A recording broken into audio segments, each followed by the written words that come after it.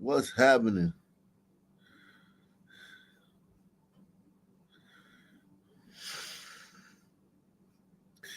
What's happening?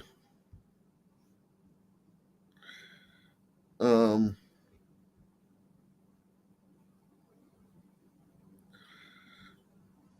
how's everybody doing, man? My turn. Yeah, yeah. How's everybody doing, man? Uh,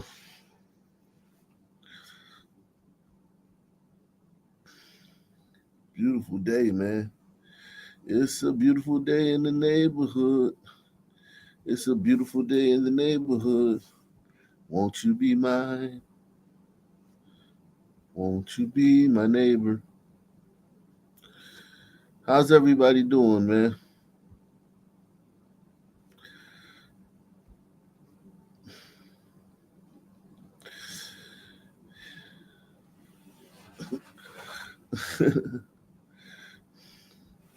Yeah, man. It's cracking right now in the United States of America. Of America. It's cracking in the United States of America. We out here deporting people, changing, changing the fabric of the country,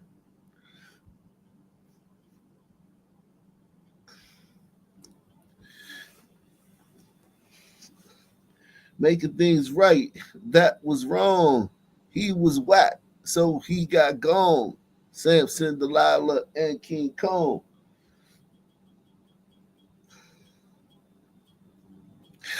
That's the truest motherfucking lyric ever, man. Greg Nice sums up these modern times, man. It's ridiculous, like Cheech and Chong. Here to make things right, that was wrong. He was whack, so he got gone. That's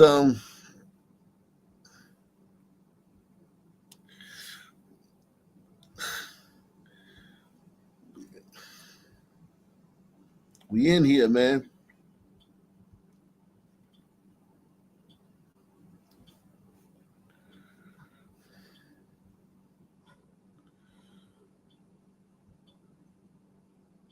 We in here.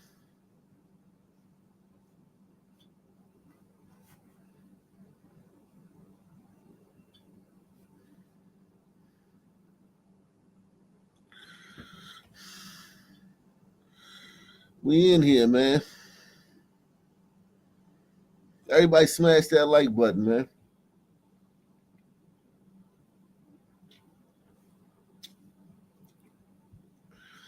Smash that motherfucking like button, man.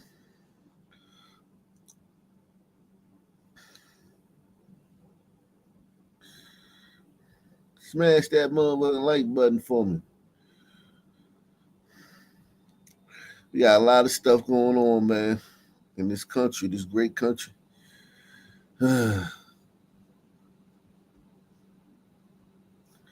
So much stuff, man. It's like some nights you can't cover it all, man. But we cover more than anybody here, man. This channel covers more than anybody. We get the more of it than anybody. Um, so there you have that. Um, yeah, it's time to take your ass back home, man.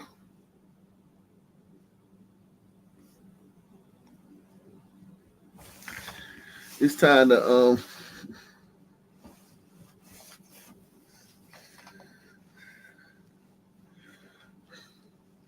it's time to go back home, man.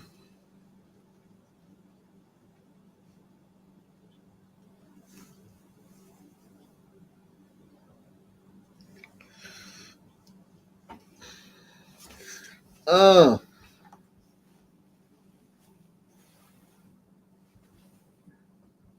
So now we live in a time where Selena Gomez, even though she is, a wealthy star, She can't have an opinion. She can't post online how she feels about deportations and immigration. I know you not talking about somebody not having an opinion. I know you not talking about somebody can't have an opinion. As rude and disrespectful as you were the last shit 8, 9, 10 years. I know you not talking. I ain't gonna be lectured by you, man. Dr. Homo Stein. I ain't gonna sit here and let you lecture me, man.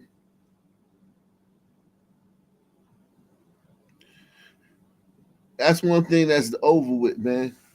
Getting lectured by a fucking freak. I'm not getting lectured by some freak, man.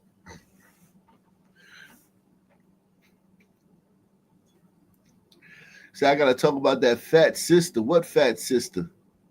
There's a fat sister that said something. So now we live in a time where Selena Gomez, even though she is, a wealthy star, she can't have an opinion. She can't post online how she feels about deportations and immigration without being made fun of by the far right or the MAGA folks.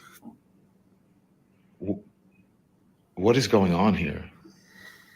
This is not what America's about. This is not patriotic. She deserves to be able to have her own opinion. And just like everybody else, just like you folks who are criticizing her, she can state her feelings online, on social media, just like you are.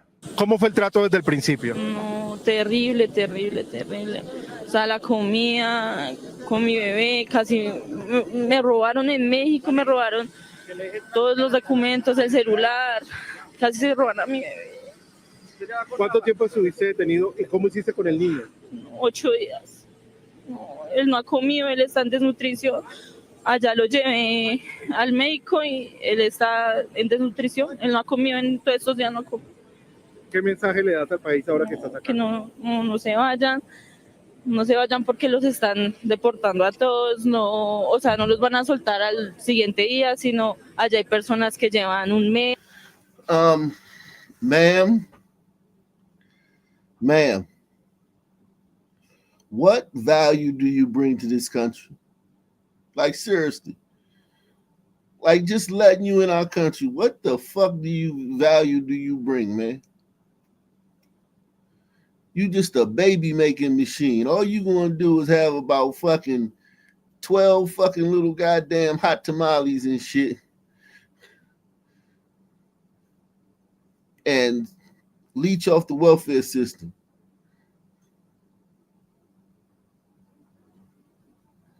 What does this woman bring to your country?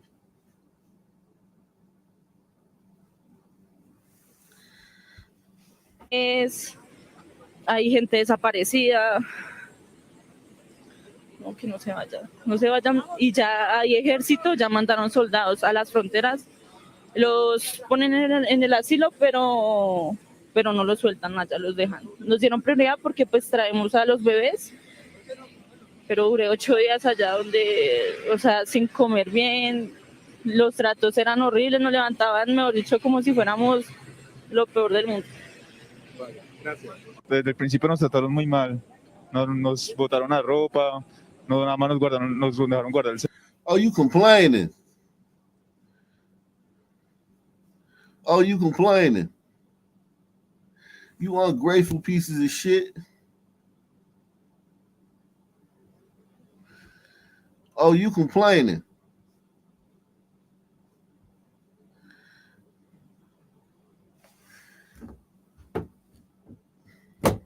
This fucking guy from Ukraine or some shit. You complaining, man? Celular, no nos dejaban bañar, la comida nos despertaban a las 3 de la mañana, nos esperaban que nos durmiéramos y a la hora nos despertaban, nos gritaban, a algunos les pegaron. La atención médica prácticamente tocaba lastimarse para que nos dejaran salir. El trato fue muy malo desde el principio, la verdad. ¿Y cambió cuando llegó el gobierno de Colombia? Sí, ya el último día no nos dejaron bañar, nos dejaron cepillar, prácticamente nos trataron bien, ahí sí nos decían que gracias, que dónde vivimos y todo eso. Ahí sí se preocuparon del todo, la verdad. ¿Qué mensaje le das al país? No, pues la verdad que estamos felices de volver. Ansiábamos mucho estar en nuestra tierra, extrañábamos la verdad estar por acá y que la verdad algunos nos arrepentimos de habernos ido. Gracias. All right, guys, so we have to continue our follow-up on the mass deportations because as you guys saw at the beginning of this video, the illegal immigrants that are being deported from the United States back to their home countries, in the case of that video you guys just saw there, those were the Colombian illegal immigrants that were deported back to Colombia after the Colombian president decided to throw a rage fit over Trump deporting illegal immigrants on military planes into the country, just to end up folding after Trump threatened to essentially bankrupt Colombia if he doesn't comply. So, yeah, I mean, they have arrived back in their homeland, and they're saying, hey, to anybody thinking about coming to America illegally, don't come because they're deporting everybody. They have the army at the border. And yeah, it's just not a good time, right? It's not a good time to be an illegal immigrant in the United States of America. Now, again, the reason why she's saying this is because we now have a president that is in charge, that is conducting the largest mass deportation operation in American history. And he's being unapologetic about it, right? He's basically saying, listen, this is what we have to do. Okay, we have to get this illegal immigration issue under control, and some hard choices are going to have to be made. Okay, in these liberal cities that are refusing to cooperate with us because of their sanctuary city status, because they're run by woke lunatics, hey, we are targeting them for the ICE raids. In one city that has recently been targeted is that they do not have the full pulse or the breadth of what people in America are calling for. And you don't have the full pulse or the breadth of what people in America are calling for.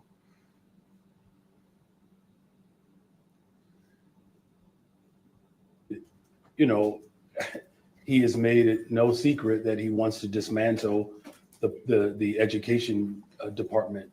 And he's made it very clear that he is not willing to, you know, uphold the very sensibilities of our democracy to make sure that we're protecting the civil rights of individuals. Look, as a former public school teacher, the fact that everything that we won and fought for during Reconstruction, he is trying to roll back the hands of time.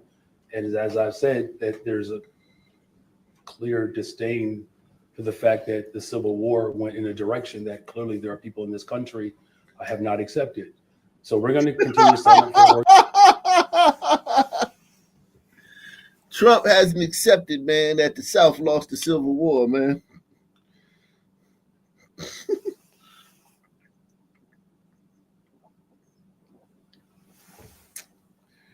No, Trump. Damn, Trump. You know what, though, man? I ain't even gonna hold you.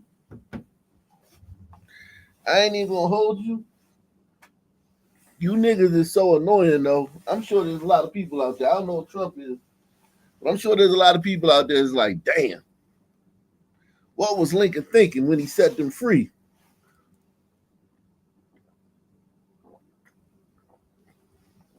What was Lincoln thinking? Working people. That's what my mission is. The city of Chicago, we are the heartbeat of America, and we will continue to lead the way. Good morning, Mayor. Good morning. I want to ask you a little bit about the potential economic impact of this situation. Last week, we were down in the Little Village neighborhood, the 26th Street corridor, second busiest in the city of Chicago, was virtually empty. And the executive director of the Chamber of Commerce said even before the ICE raids last week, they were seeing an economic impact. So many of these businesses are mom and pop businesses. What are your concerns about the economic impact of what's going on right now, especially in these communities? And what can the city do, if anything, to try to help them get through this? Well, the first thing that we're doing is we're making sure, and our deputy mayor, Beatrice Ponce de Leon, already spoke to this, making sure that businesses and the community, that they know their rights. As far as the entire economic impact, our budget director has spoken to that. I'm happy to bring her back.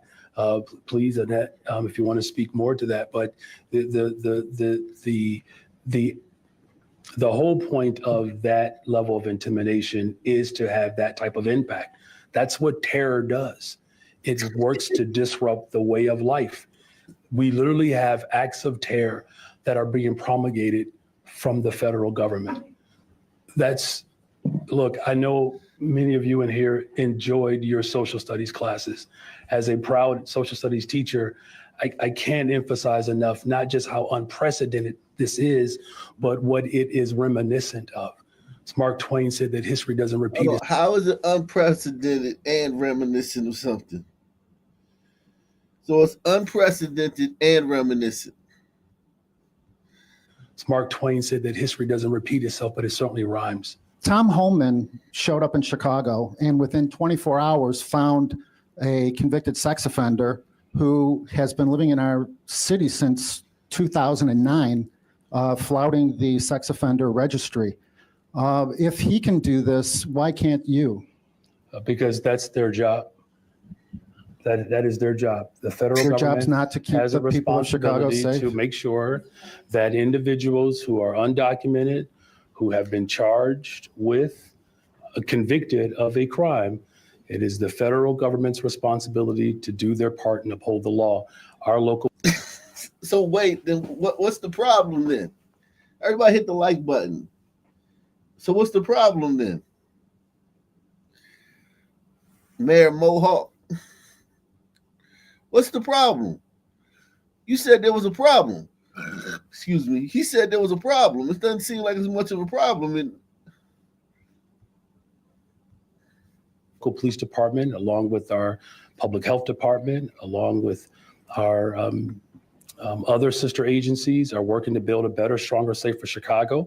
And as we've stated repeatedly, those critical investments, you continue to see the results of those investments as violent crime continues to fall in Chicago. Yeah, see, now you heard that. As I predicted, probably one of the easiest predictions for me to make, Mayor Brandon Johnson would somehow, some way, boohoo, whine, and cry, well-being and safety of the American. Got elected, according to President Trump in an interview, I think it was with Kristen Welker of NBC, was because of grocery prices. Not the only reason, but a reason, high prices, inflation, especially at the grocery. The Department of Agriculture says that between 2020 and 2022, 42% of crop workers were undocumented immigrants. And in many cases, as you know. Yeah, but Jake, during that time, prices rose. Prices went through the roof. During that time, prices went through the roof. These migrants do jobs many Americans do not want to do. So how does President Trump make sure that the effort to deport people who are not in this country legally doesn't end up hurting Americans who want safe borders, absolutely, but also don't want to see even more higher prices in groceries? Well, I mean, I'm sure it's not your position, Jake, you're just asking the question, that we should supply America's food with exploitative illegal alien labor.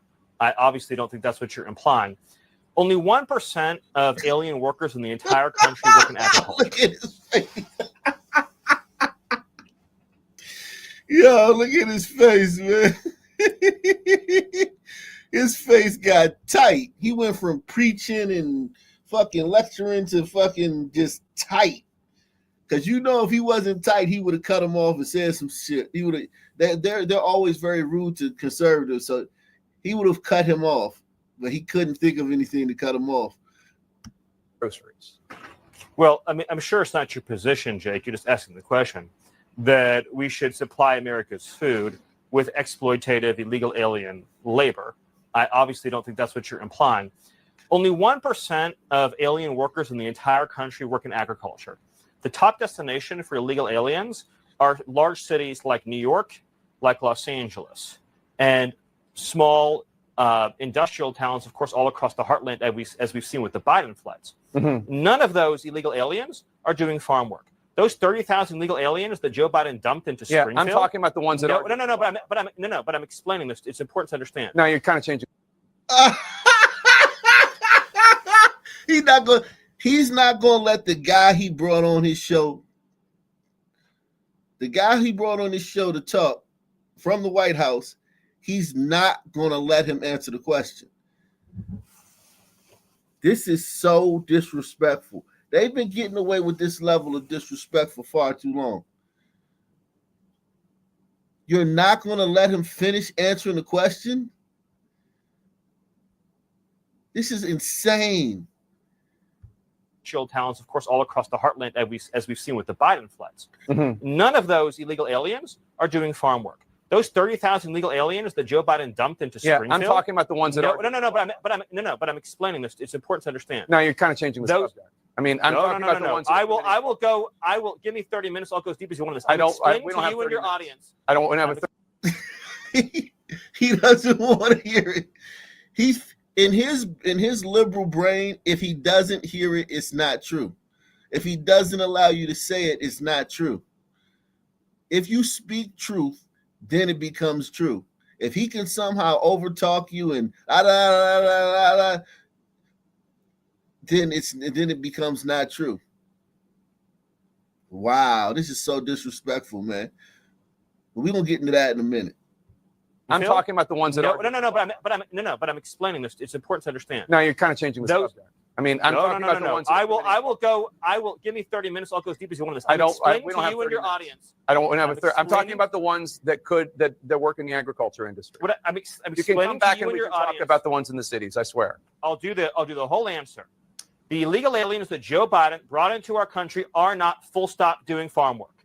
They are not. The illegal aliens he brought in from Venezuela, from Haiti, from Nicaragua, they are not doing farm work. They're in our cities collecting welfare. As for the farmers, there is a guest worker program that President Trump supports. Over time as well, you will transition into automation, so we'll never have to have this conversation ever again. But there's no universe in which this nation is going to allow the previous president to flood our nation with millions and millions of illegal aliens who just get to stay here. And we are especially not going to allow a subset of those illegal aliens to rape and murder our citizens. So we are going to unapologetically enforce our immigration laws. And as I'm sure you will celebrate, we are going to unleash the power and might of the U.S. government to eradicate the presence of transnational threats on our soil. Boom. It's really that simple. Damn. Shit. Shout out to Black Conservative Perspective, man. I'm sure y'all already know him. I don't even gotta tell you about him. Y'all know him. Shout out to Black Conservative Perspective, man. Between what they say they're going to do and what they do. Ramadan King, man. Jishrabit King. The fuck is this guy, man? Yo, dude. Nah, man, that ain't it, man. I know you trying to like trademark yourself and shit. Nah, man, that ain't it, bro.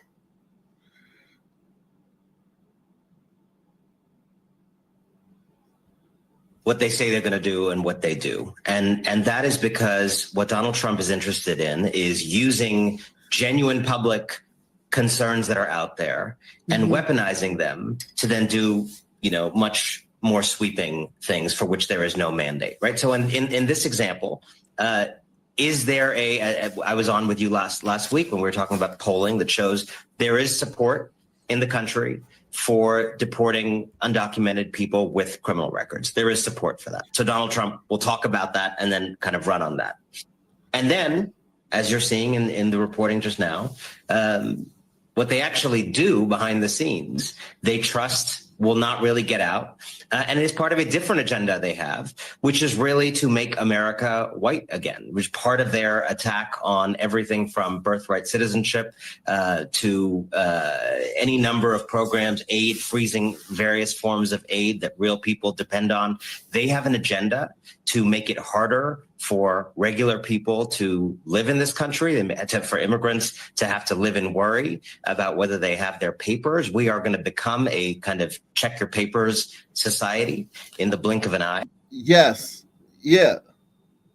Just like y'all became a boys playing in girls sports society in the blink of an eye. Boys changing in the girls' locker room in the blink of an eye. Sex changes for fucking little kids in the blink of an eye. Sex changes for goddamn nonverbal handicapped people in the blink of an eye. Transvestites in full makeup and fucking stripper gear reading bedtime stories to little kids in the blink of an eye. Yeah. That's what y'all did, man. Remember that? And there's no mandate for that. But that is what folks like Stephen Miller and Steve Bannon and others around the president actually want. They want to change the very fabric of this country, something for which there is not that same mandate. Transvestites, man. We call them transvestites, man. We going back to calling them transvestites, man.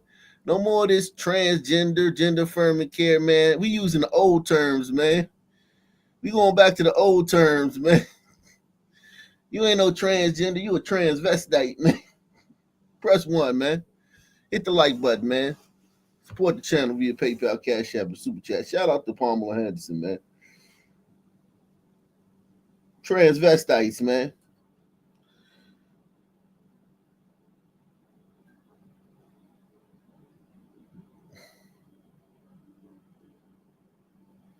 Trying to make us use the old terms, man.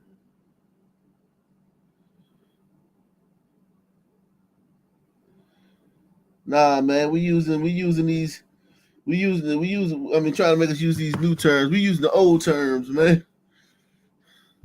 City joined the list of cities where these performative raids are taking place. We have a government right now that is reckless.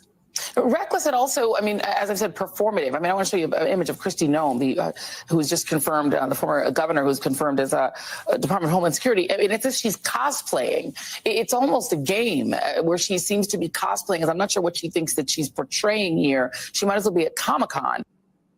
James and Joy say you're reckless and you're just role-playing for fun. She's dumber than a box of rocks. Bottom line is, let's talk about Chicago for a minute. Chicago mayor says that we put fear in the elementary schools because ICE agents went to elementary school. Total false story. What ICE did in Chicago is save children. What we did in New York today is save children. Just Chicago alone, we arrested like 9 sexual predators, most of them child sex predators. We took them off the street. We took them off the street in New York today. We're protecting the community. We're saving children. We're going to secure that border so less Americans die of fentanyl deaths. We're securing the border so less women and children are sex trafficked. Biden administration had a 600% increase in sex trafficking. We're securing the border so less terrorists and people on the terrorist watch lists get into the country. Under Biden, we had a 3,500% increase in people on terrorist watch lists. No, we're saving this nation. We're making America safe again. So they need to get out of the way because we're coming. We're going to do it. They're not going to stop us. And these people can continue to boo-hoo on and cry. They're going to. I'm just wondering how long they're going to do it, right? Are they going to keep this up for the next 4 years? I want to show you something, man.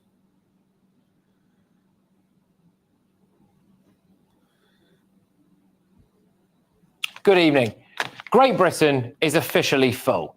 Today, new population growth predictions landed, and it will be game over for the UK if it's allowed to happen. We now have a higher population than France. France is more than double the size of us.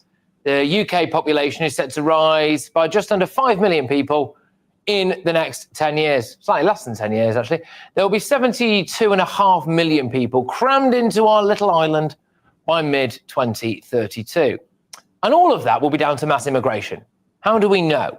Well, the projected difference between domestic births and deaths is projected to be 0. So it's all immigrants.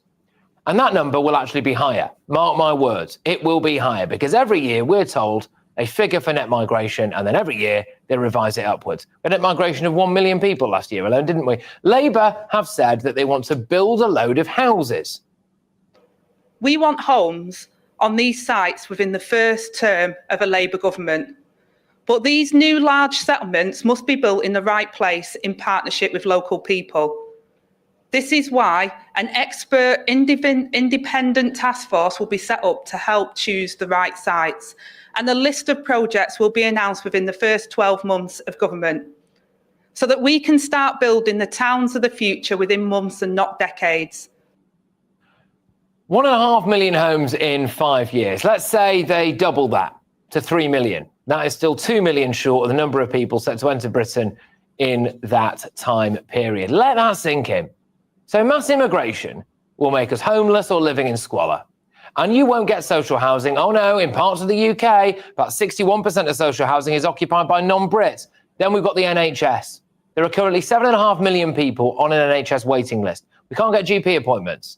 How much more money in taxes will you have to pay so millions of foreigners can clog up our NHS? Did you know that the Burj Khalifa, the world's largest building, cost the equivalent of 3 days and 11 hours of NHS spending to build that thing? So mass immigration will make us less healthy and quite possibly kill people. What? They're building these Muslims' houses. They're building millions of houses for Muslims to come into their country. Thank God we got Donald Trump, man. We were headed down this path, y'all. We were headed down this path. We were headed down this path. We were headed down this same path, y'all. Thank God we got Donald Trump, man.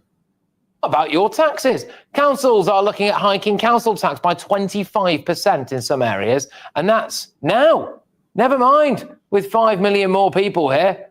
What about your other taxes? 55% of households in Britain already claim more in benefits than they pay in tax. Shall we have a little look at some of the demographics, shall we? According to the latest census, there is an economic inactivity rate of 48% amongst Arabs, 40.8% amongst Pakistanis. And what countries do we think these millions of migrants will mostly be coming from? Mass migration will make us poorer. Schools. Mass immigration will mean children get a worse education. Dentists.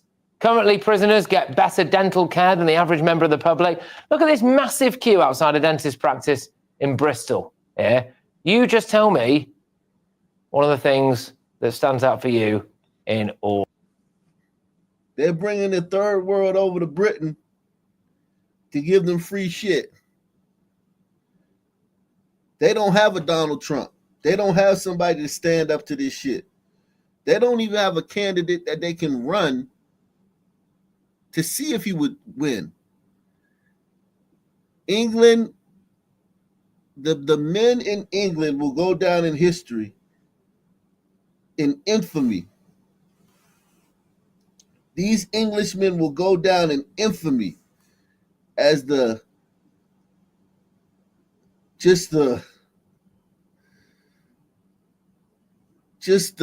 weakest men in like the weakest white men ever. All of that. Yeah, okay. Buckle up for much more of that, everybody. Mass immigration, it'll rot our teeth. And what about culture? Well, the East End's traditional pie and mash shops are closing. Tower Hamlets is now just 22% white British. But it's more than just the pie and mash shops, isn't it? 2/3 of rapes and sexual assaults in London are believed to have been committed by somebody who wasn't born in the UK. Let me put it this way, all right? If you went to Tokyo and you walked around and the majority of people that you saw there were visibly not Japanese, wouldn't you think that was a bit weird? And we are the Western capital for Sharia courts as well. Well, we're at it. We've got 85 of them. British culture and British way of life will be a thing of the past. And that's before I've mentioned that hotels full of illegal migrants are popping up in every town and city. They all, of course, get great healthcare, by the way. In fact, in Oxfordshire, asylum seekers get taxpayer-funded driving lessons. At every single opportunity, you, the British public, have voted to bring down immigration. Every single time, you have been lied to. The reality is this: at the current rate, future generations will be homeless, poor, unhealthy, uneducated, and will have more of an allegiance to a foreign land. What our politicians are doing to us is nothing short of treason. Let's get the thoughts of my panel this evening. Conservative MP Esther McVeigh, GB News presenter. Yo, we are so close to that, man. We were so close to that, man. And they act like they can't do nothing about it, which they really can't, because they don't have any strong men over there, man. They don't have any men that's willing to vote against their women's interests.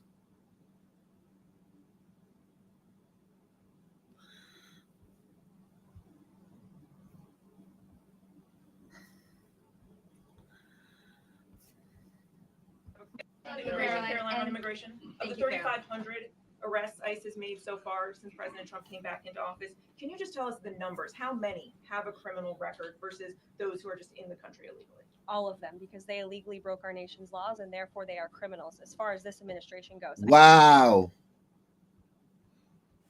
Caroline, on immigration. Of the 3,500 arrests ICE has made so far since President Trump came back into office, can you just tell us the numbers? How many have a criminal record versus those who are just in the country illegally? All of them, because they illegally broke our nation's laws and therefore they are criminals as far as this administration goes. I know the last administration didn't see it that way, so it's a big culture shift in our nation to view someone who breaks our immigration laws as a criminal, but that's exactly what they are.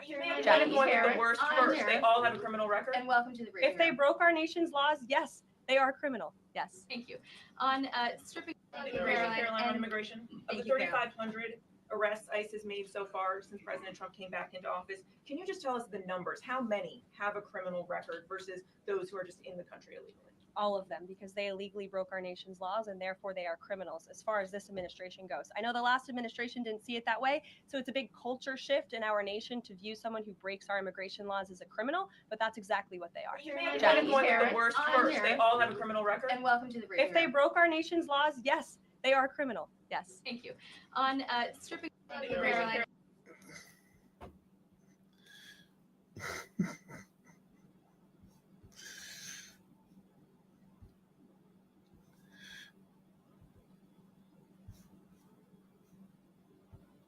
Of both parties in the Miller. Thanks, Caroline. A question that we've asked your predecessors of both parties in this job. When you're up here in this briefing room speaking to the American public, do you view yourself and your role as speaking on, advocating on behalf of the president, or providing the unvarnished truth that is, not to lie, not to obfuscate to the American people? I commit to telling the truth from this podium every single day. I commit to speaking on behalf of the President of the United States. That is my job. And I will say it's very easy to speak truth from this podium when you have a president who is implementing policies that are wildly popular with the American people. And that's exactly what this administration is doing. It's correcting the lies and the wrongs of the past 4 years, many of the lies that have been told to your faces in this very briefing room. I will not do that. But since you brought up Truth Seek, I would like to point out, while I vowed to provide the truth from this podium, we ask that all of you in this room hold yourselves to that same standard. We know for a fact there have been lies that have been pushed by many legacy media outlets in this country about this president, about his family, and we will not accept that. We will call you out when we feel that your reporting is wrong or there is misinformation about this White House. So yes, I will hold myself to the truth, and I expect everyone in this room to do the same. And Caroline, just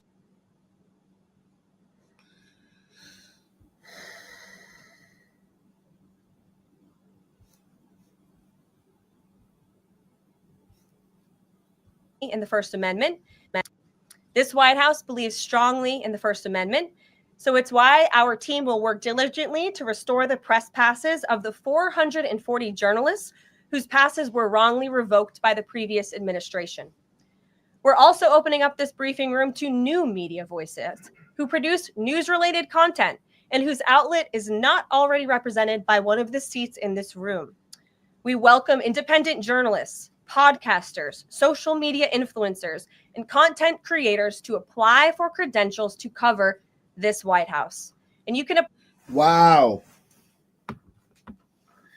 So they're inviting podcasters and social media content creators to sit in the press room. Yo, the media is not happy about this, man. Shout out to Andy Armour, man. Andy Armour in the building, man. Shout out to Andy Armour. It's like waking up from a nightmare. Yeah. Yeah. Definitely. That's a very succinct way to put it, man. Yeah, I need to apply for a press pass, man. I'll be in the press. You said I'll be in the press room sleep. I'll wake up. I'll be the only person in the press room. Everybody be gone. I'd be like, oh shit, that happened.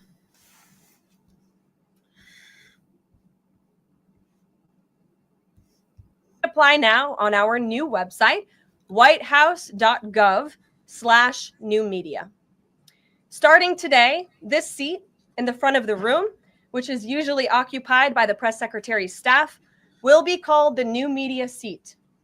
My team will review the applications and give credentials to new media applicants who meet our criteria and pass United States Secret Service requirements to enter the White House complex. So in light of these announcements, our first questions for today's briefing will go to these new media members whose outlets, despite being some of the most viewed news websites in the country, have not been given seats in this room.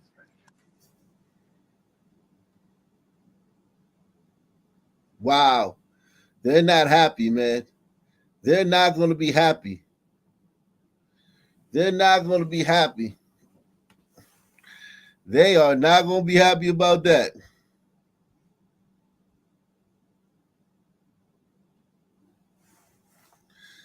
And they damn sure ain't happy about this.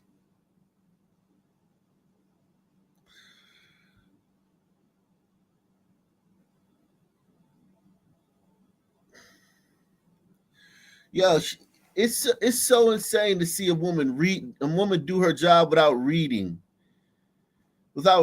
from the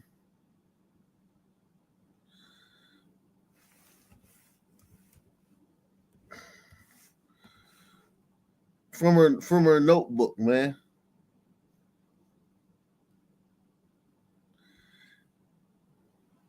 Like the last woman was horrible. What was her name? What was that? Elise, and we need to check her. We need to check her. We need to check her. Her credentials, man. I mean,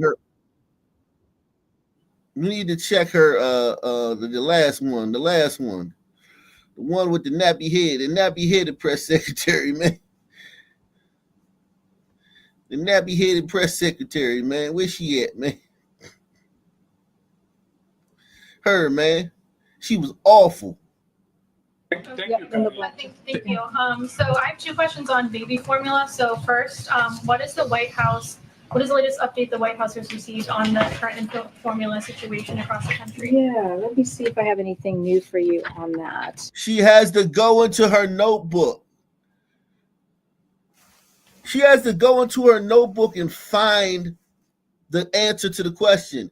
They have all the answers to every possible question in her book. And she has to go in her notebook and file through it until she finds the answer. The white girl, man, even the white girl before her could just rattle off the answers off the top of her dome. Jen Psaki just stand up there and just, hold court. This black girl, man, she got a thumb through the fucking. This was embarrassing. At the time, I thought this was so embarrassing, man. Thank you. So I have two questions on baby formula. So first, what is the latest update the White House has received on the current infant formula situation across the country? Yeah, let me see if I have anything new for you on that. I think it's been a couple of days since we have been asked that question.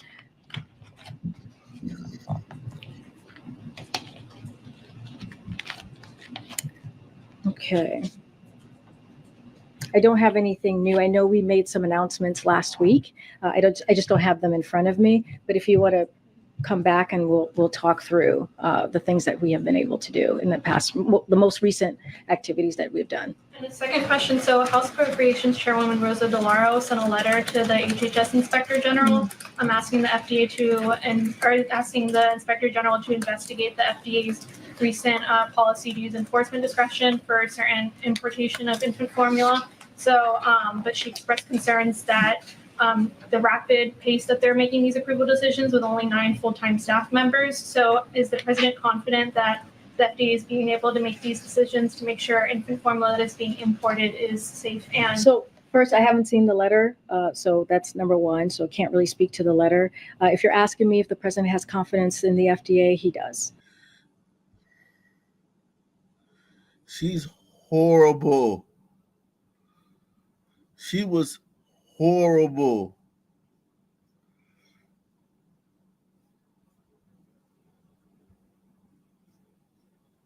During Monday's White House press briefing, Press Secretary Karine Jean-Pierre had a major slip-up where she began to read a wrong answer to a reporter's question for almost 10 seconds. CBS... Listen to this. Just think about that, man. The answers are in the book, and she just finds it. What's the point? At some point, there's no point of having a press secretary. Just leave the book up there and let the fucking press go. Give the press a copy of the book. Press one. They should have just gave the press a copy of the answers so they could look through it themselves.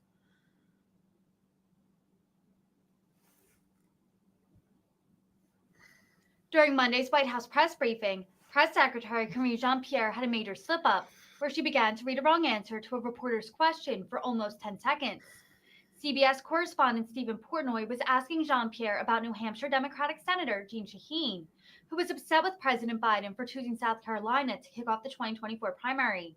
Jean-Pierre began to speak about former President Donald Trump, saying, quote, "It is ultimate irony that the 2020 election was proven by the Trump administration's homeland before she caught herself reading off the wrong page, saying she got ahead of herself." A few minutes later, Jean-Pierre was then asked about Trump's unlawful attempts to overturn the 2020 election in a following question. Watch as she then uses the same canned response she began reading previously. Senator Shaheen has a statement. She's apparently not coming to the ball tonight. Oh, okay. She's upset that the president endorsed a proposal to put South Carolina in New Hampshire, and she says that New Hampshire is now vulnerable for her party. Does the president have a response to that? So look, we honor the Hatch Act, as I mentioned many times before here, as we are talking about a potential election, a 2024 presidential election. But looking backward, it is the ultimate irony, that the 2020 election was proven by the Trump administration's homeland. Oh, sorry, I think I got ahead of myself there. This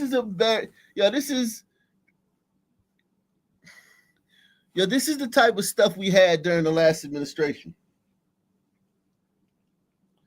This is what we had during the last administration. What time is it, Jean-Pierre? Hold on. Look at your watch. It's 12:21 Eastern Standard Time.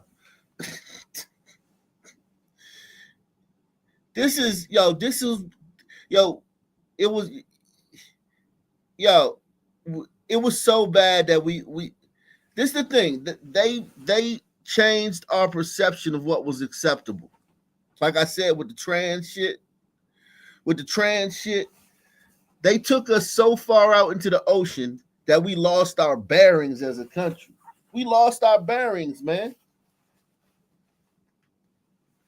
We didn't know up from down as a country. We completely lost our bearings. We allowed this shit. This shit was normal. She was the press secretary for like 2 fucking years.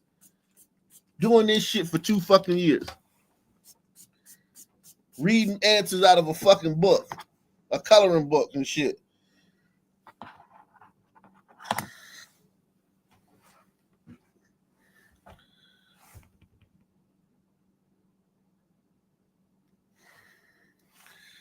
And man, yeah, the journalist should be more ashamed than her. Facts. This went on for 2 years until his last day in office.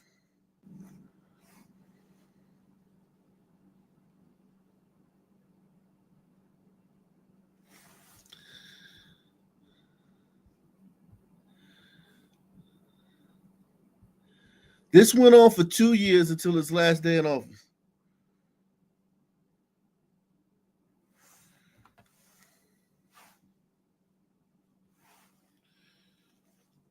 to his last day in office.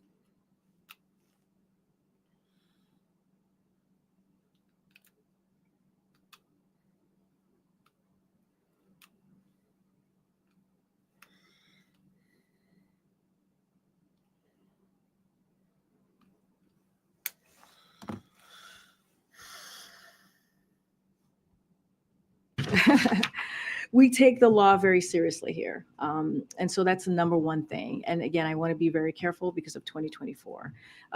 She's reading that. And it places strict limits on what I can say because of the Hatch Act about future elections and, of course, political party processes. I know I was asked this question many times before about the DNC, and so I've always referred folks to go to the DNC. But again, as a candidate in 2020, and as we have heard the night of the New Hampshire primary, Joe Biden was very clear that to him, respecting our diversity as a nation and breaking down barriers for our people is a fundamental principle.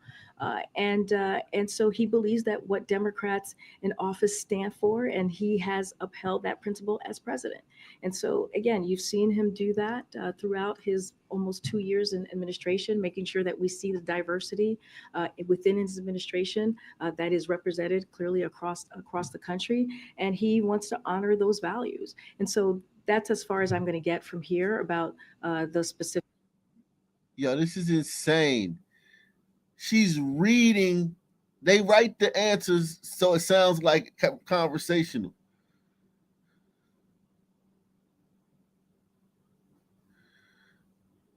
Okay. Yes, ma'am. Oh my gosh. Go ahead. Thank you, Kareem. I want to reference an interview that President Biden did in mid-September with 60 Minutes. And in that interview, he chided former President Trump for having in his possession classified documents. He called it irresponsible. First of all, do you think it was proper for President Biden to comment on an ongoing DOJ investigation? So I'm going to say this, and I'm going to keep it really short today. Which means she don't feel like looking through the book. That answer ain't in the book. They weren't expecting that question, so there's no answer in the book for that one. So she says we're gonna keep it really short today. Wow. DOJ investigation. So I'm going to say this, and I'm going to keep it really short today as it relates to this particular issue, as it relates to an ongoing legal matter. I'm going to refer you to Department of Justice with that specific as it relates to anything that you want to ask of us about this legal matter. I would refer you to the White House Counsel office. I'm going to leave it there. Not going to go into further. I'm simply asking you to comment. The answer's not in the book, dude. They weren't expecting you to ask that question, so they didn't give her the answer in the book. I just commented. We're moving on. Go ahead. No, go ahead. I already answered your question. Go ahead. You really didn't. Well, I did. No, you didn't. Well, it's your opinion. It's your opinion. It's your opinion. That is your opinion. Go ahead. Sure. First of all, can you just walk us through the administration's rationale for wanting South Carolina to be the first primary state and your reaction to the unhappiness we've seen from Democrats in New Hampshire? Look, we have addressed this. The Democratic National Committee has addressed this. I'm just not going to go any further to what we've already shared about this. So I'm just going to leave it to the statements that we put out just a couple of weeks ago on the process. I'm just not going to dive into the process from here. Okay, then let me ask about the document issue then. So I have to take another stab at it. But we don't know what's in these documents, but can the U.S. and is the U.S. working to reassure allies and partners that you can still participate in intelligence gathering and still be trusted with secrets? Are those conversations that the president is having right now, or that top of the administration officials are having, for example, Jake Sullivan in Israel? I'm going to say this. The president takes classified information seriously. You heard that directly from him. To classified documents seriously. You heard that directly from him last week. And I'm just going to leave it there. I'm not going. The answer's not in the book. Let's see one where the answer's in the book.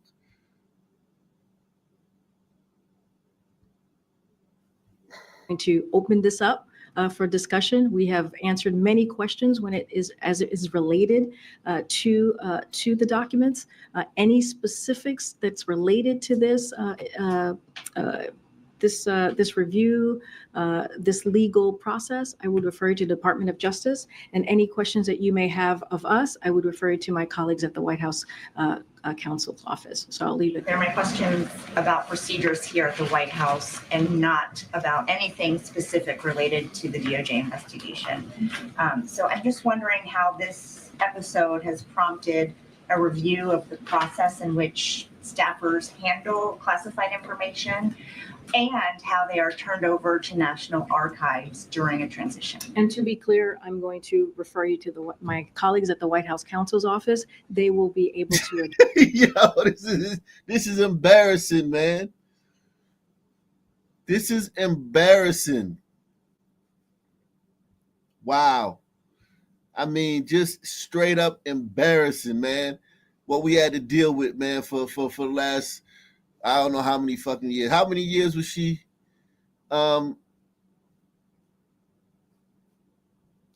Unbelievable.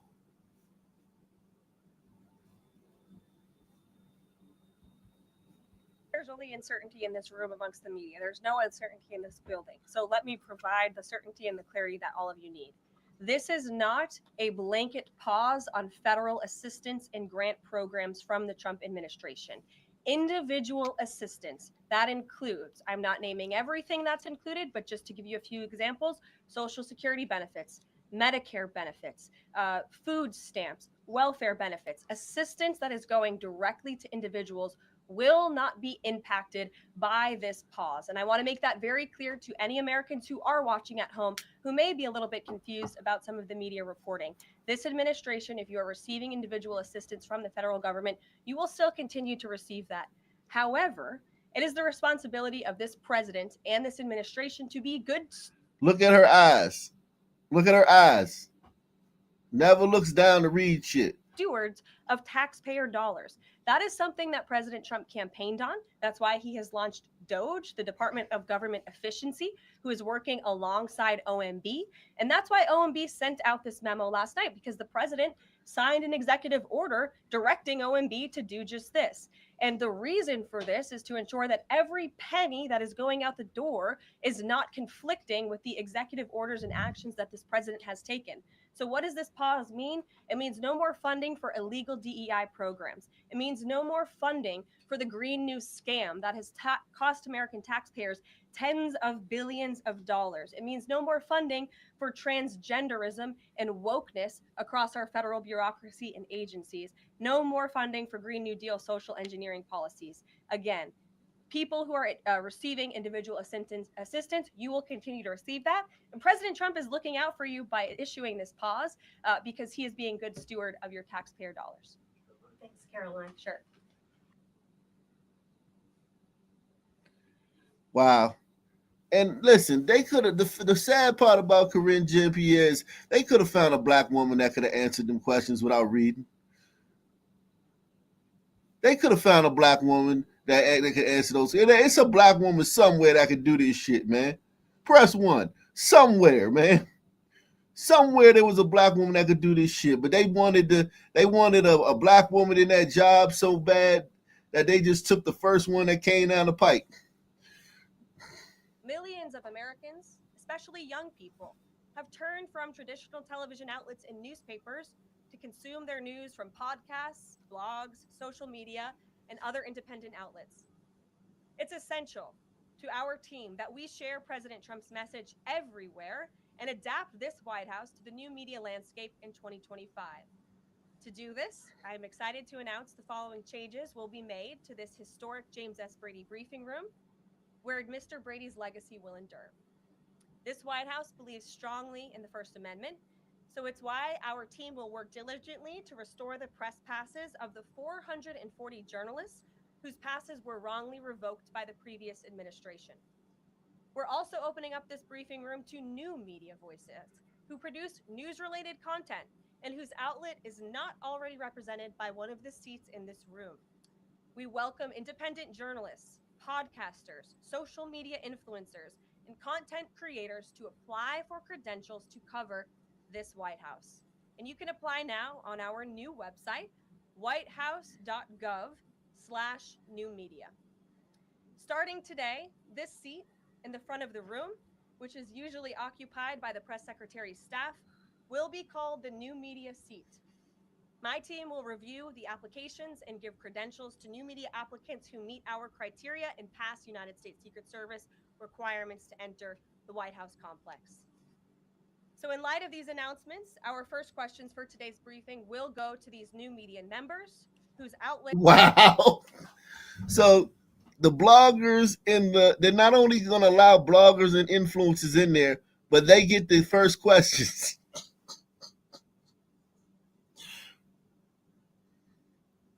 Yo.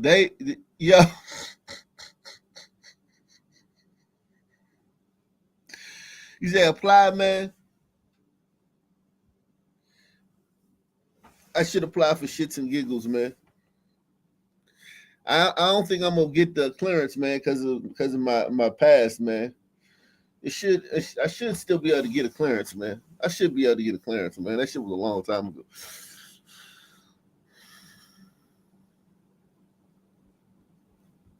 Despite being some of the most viewed news websites in the country, have not been given seats in this room. And before I turn to questions, I do have news directly. Shout out to Mr. Terrible, man. Mr. Terrible in the building, man. Salute to Spencer Vaughn, man. Shout out to Spencer Vaughn, man. Barry B in the building. Gunfire Eruption says, look up Interpol. Have arrested Yoel Alter, a 35-year-old Israeli who is a member of Lev Tahor, the world's largest sex trafficking ring. Yoel Alter? Damn. That's a Hebrew name if I ever heard one, man. God damn.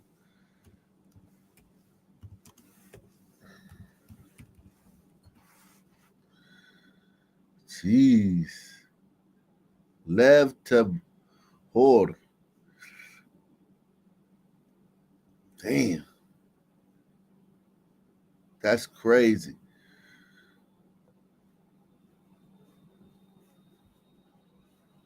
From the President of the United States. So we about to see goddamn Kyson Knott and Aiden Ross in the goddamn press briefing room.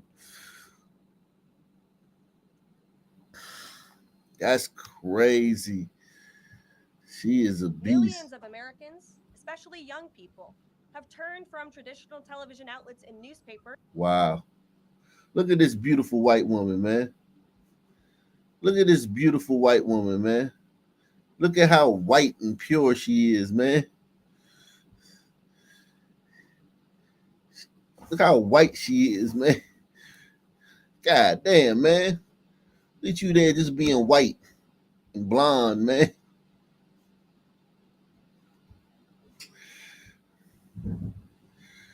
Thank you, man. Thank you for being white.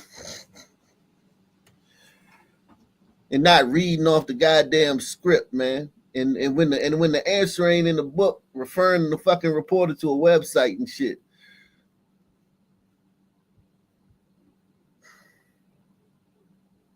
I can't believe they did that shit all that time, man. I mean, it's just so embarrassing. I'm surprised black woman didn't rebel against it. Black woman should have said, man, get this bitch out of here, man. She making us look bad, man. She got to read the answers out of a fucking book. And if the answer ain't in the book, she got to refer you to a website. What the fuck is she up there for? And she ain't even cute.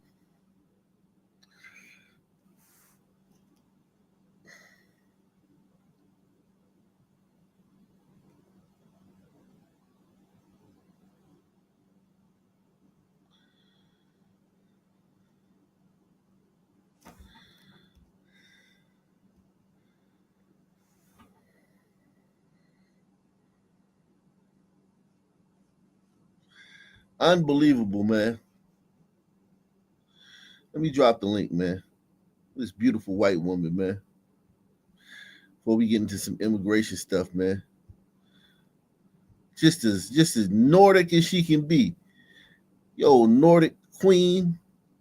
Shout out to LRL, Big Larry in the building, man. Nordic queen. Thank you for being thank you, Viking woman, for restoring credibility, man, to the press room, man. We thank you, Viking woman.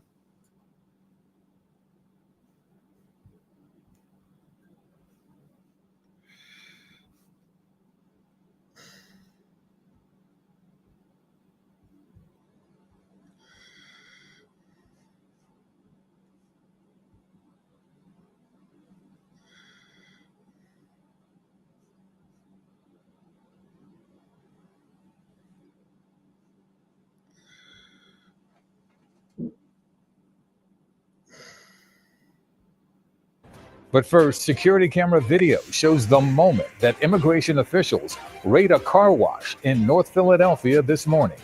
Good evening, everyone. I'm Yuki Washington. Raids like this are happening in cities all over the country. Our Aziza Schuler is in North Philadelphia tonight with the video from that raid and reaction from community members shocked and saddened by the arrests.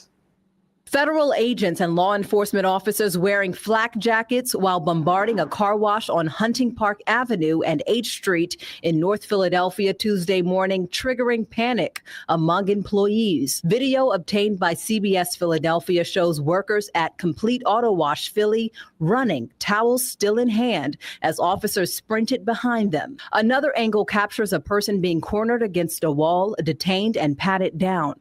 A neighboring business owner who shared the footage reported the raid began around 9 a.m. Tuesday and said many of those detained appeared to be longtime employees of the car wash. Our attempts to contact the car wash owner for comment went unanswered. However, Immigration and Customs Enforcement confirmed the operation is part of an ongoing matter, not specifying how many individuals were detained or their immigration status.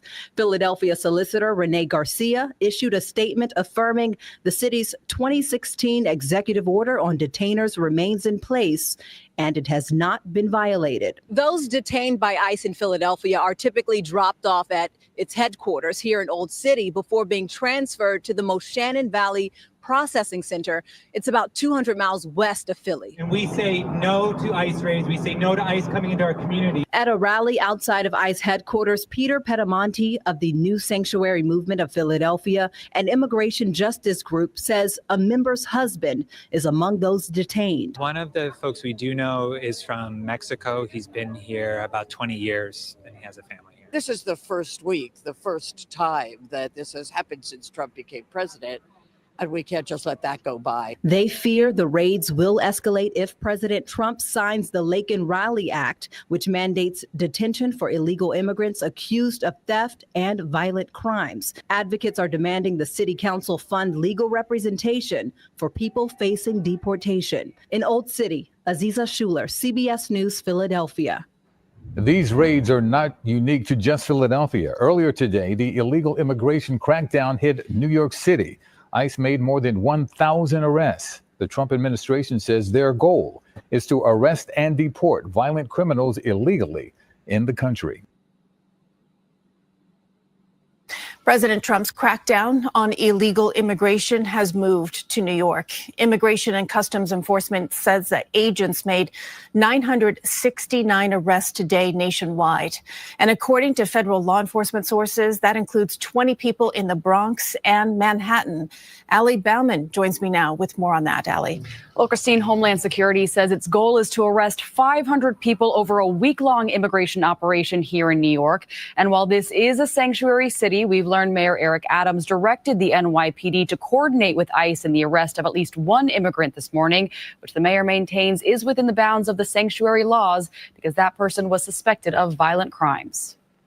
2 boroughs, 4 hours, and 20 people arrested at the hands of dozens of agents from ICE, the DEA, ATF, and U.S. Marshal. CBS News' Major Garrett was there for the roundups in the Bronx and Washington Heights, along with Homeland Security Secretary Kristi Noem. Some might say, isn't New York a sanctuary city? But you said the mayor's been cooperative. The mayor's been fantastic. In fact, I talked to him on the phone probably 4 or 5 times last night. One of these individuals was so dangerous that we needed the backup of the NYPD to be there in case things went south. In the Bronx, agents apprehended a man wanted for burglary, kidnapping, and extortion in New York and Colorado. In Washington Heights, agents took a man into custody they say was wanted for a double homicide in the Dominican Republic. They're 2 of 12 immigrants arrested in New York Tuesday with criminal records, authorities say. I mean, I was planning on calling ICE, to be honest with you, so they got here before I was able to call them. The other 8 people had no criminality associated with their existence other than entering the country illegally. I feel bad for those people that really came to this country to get a better future, but a fault of all the criminals, now those people have to pay. The Trump administration has maintained its priority. What did Cardi B say? Let's see what the fuck she just said. For those people that really came to this country to get a better future, but a fault of all the criminals, now those people have to pay. The Trump. Nah, man, you got it wrong, Cardi B. Regardless of whether you're a criminal or not, you gotta go, man. You gotta go, man. Don't matter if you're a criminal. Gotta go, gotta go. The Trump administration has maintained its priority in deportations is of violent criminals. Tuesday, White House Press Secretary Caroline Leavitt said any undocumented migrant may be deported. If you are an individual, a foreign national who illegally enters the United States of America, you are, by definition, a criminal. And so therefore, you are subject to deportation. By midday, ICE said its search for immigrants in the country illegally led to 969 arrests nationwide Tuesday, compared to an average of 200 arrests per day in former President Biden's first 2 years, and an average of 300 to 400 per day in the first 2 years of Trump's first term. What they're trying to do is instill fear in our communities and continue. Okay, fine. Are you leaving? You need a ride to the airport?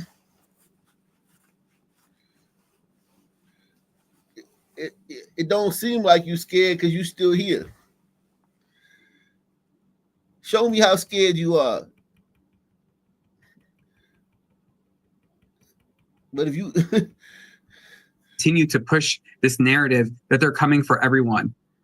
And late last night, the House Oversight Committee chair wrote to Mayor Adams demanding he testify before Congress in its investigation of sanctuary cities. A spokesman for Adams said he's still reviewing his options about testimony. Y'all motherfuckers so scared, but y'all won't leave.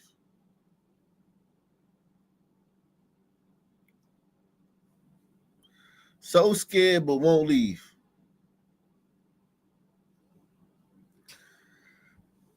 Now, more on the immigration crackdown here in the city. More than a dozen people were arrested in those raids at multiple locations. Jennifer Bisram joins us now with reaction. Jennifer?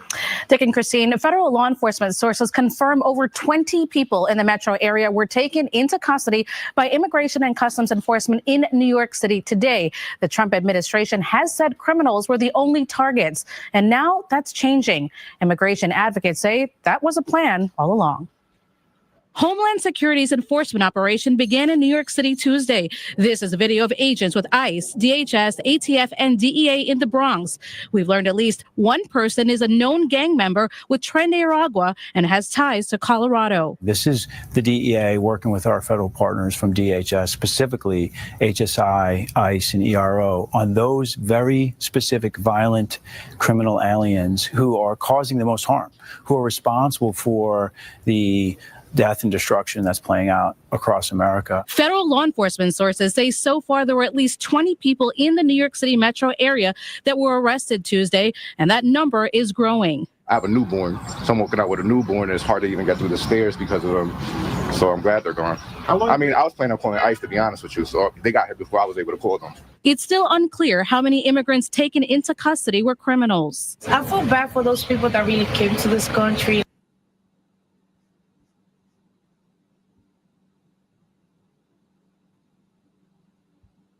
Well, it's been a terrifying couple of days for the Hispanic communities across Washington state. That fear coming as the president's campaign promised to crack down on illegal immigration comes into reality. Pictures of removal operations spread on social media in Yakima County, along with rumors, as local police say they were kept in the dark about those raids.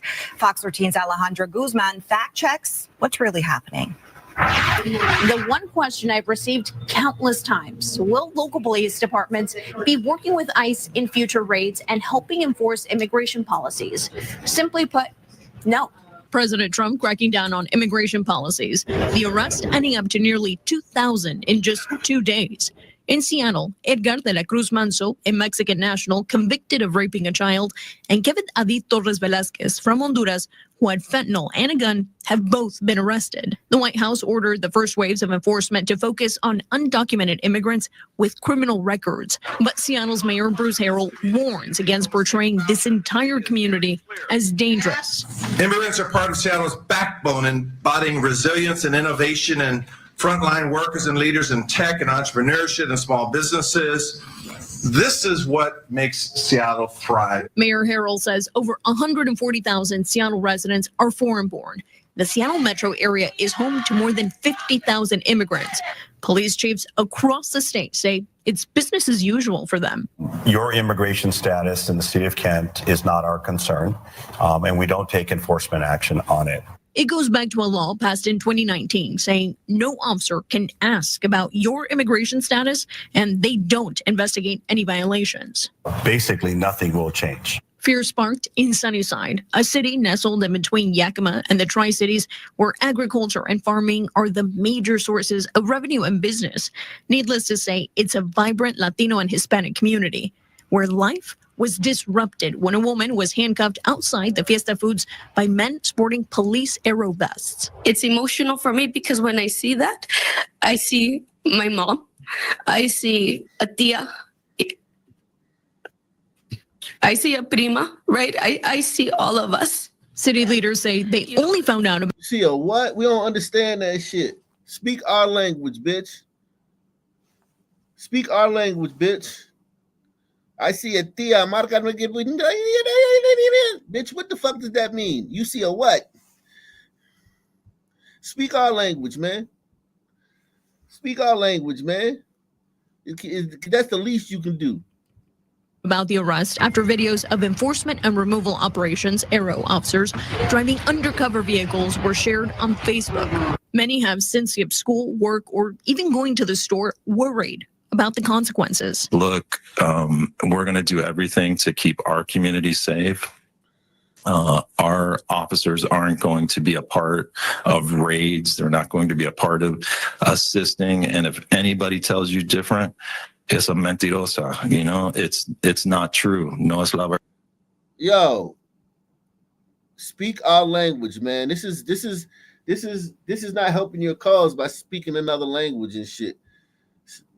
A part of assisting, and if anybody tells you different, it's a mentirosa. You know, it's not true. No es la verdad. Adding fuel to the fire, this guy. The ICE is going to hire us bounty hunters, and they're going to be giving $1,500 to $1,000 per legal.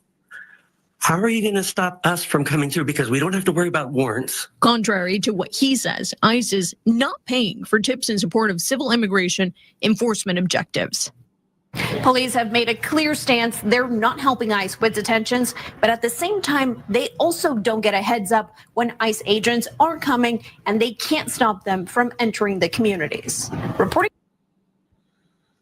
What's up, man? What's up, man? Oh, man. I got into it today, man.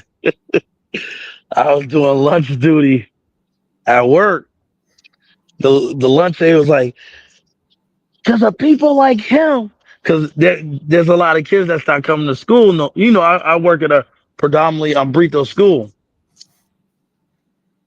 So a lot of the kids are not showing up. I guess the parents are scared.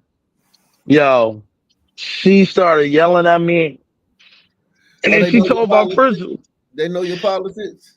I kind of stood on it. Like you said, I stood on it, man. They're like, who?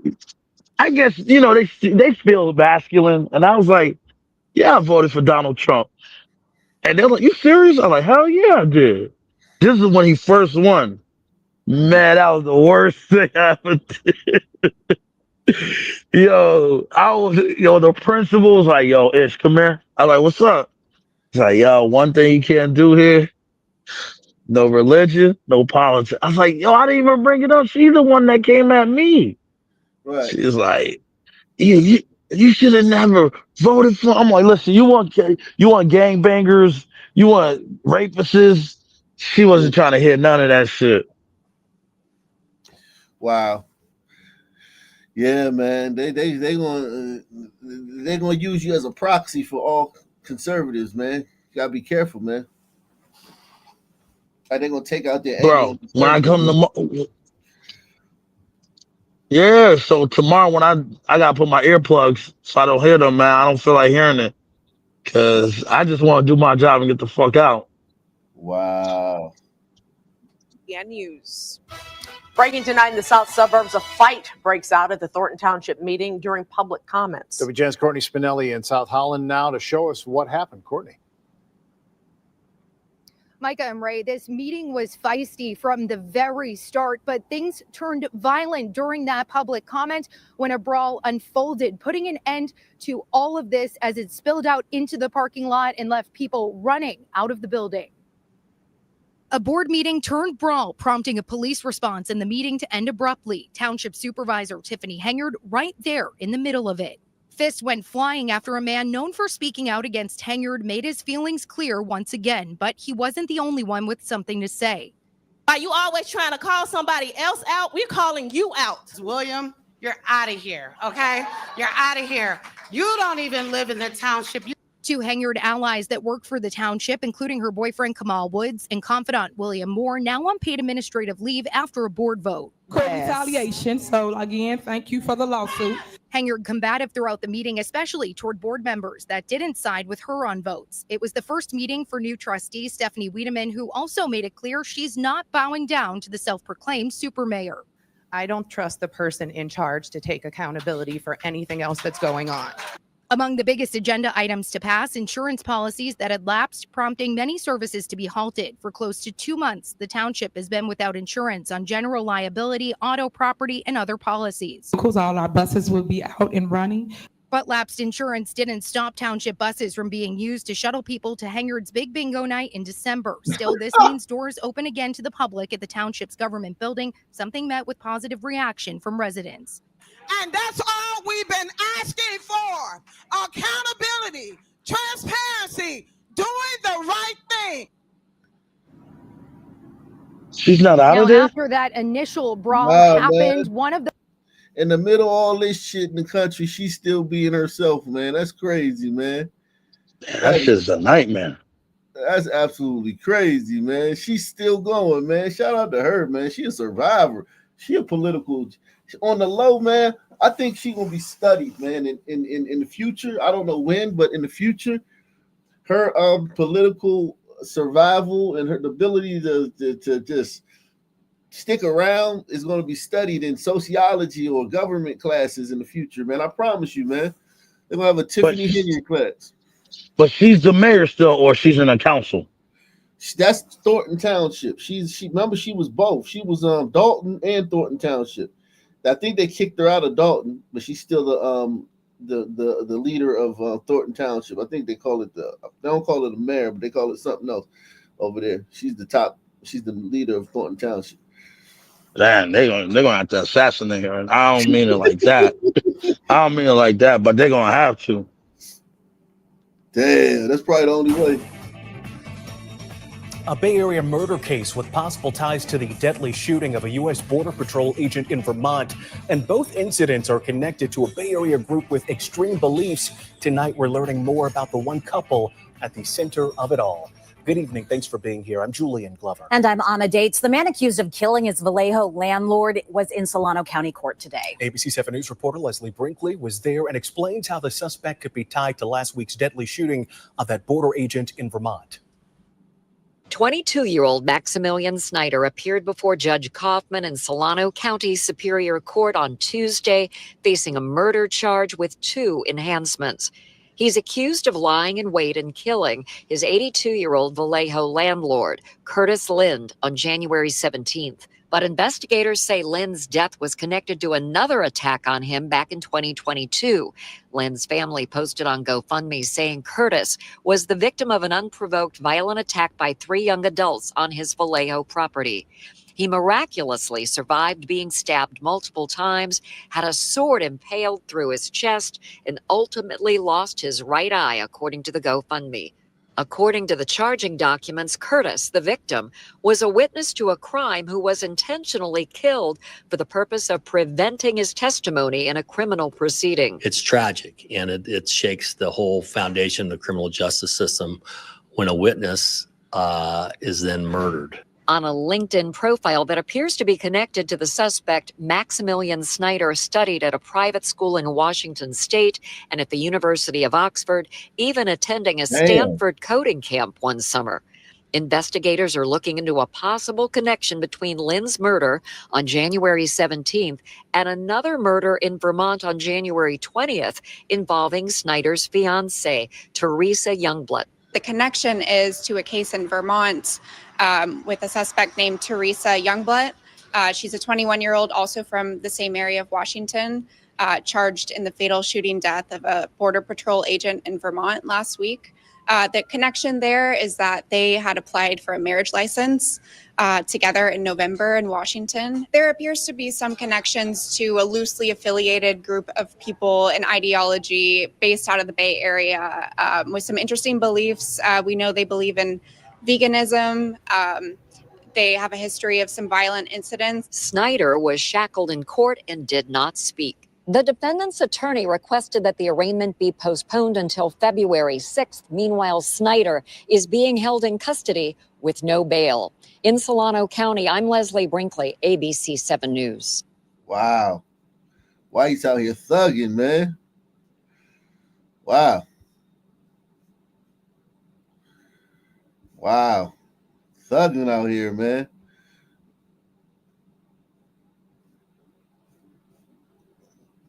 Let's see. Oh, wow. This now, Congressman Gabe Evans of Colorado, member of the Homeland Security Committee, not too long ago was would you say, an overnight cop in Arvada, Colorado. So you know these areas well. Somehow it seems like the police are having an awfully good time these days, aren't they?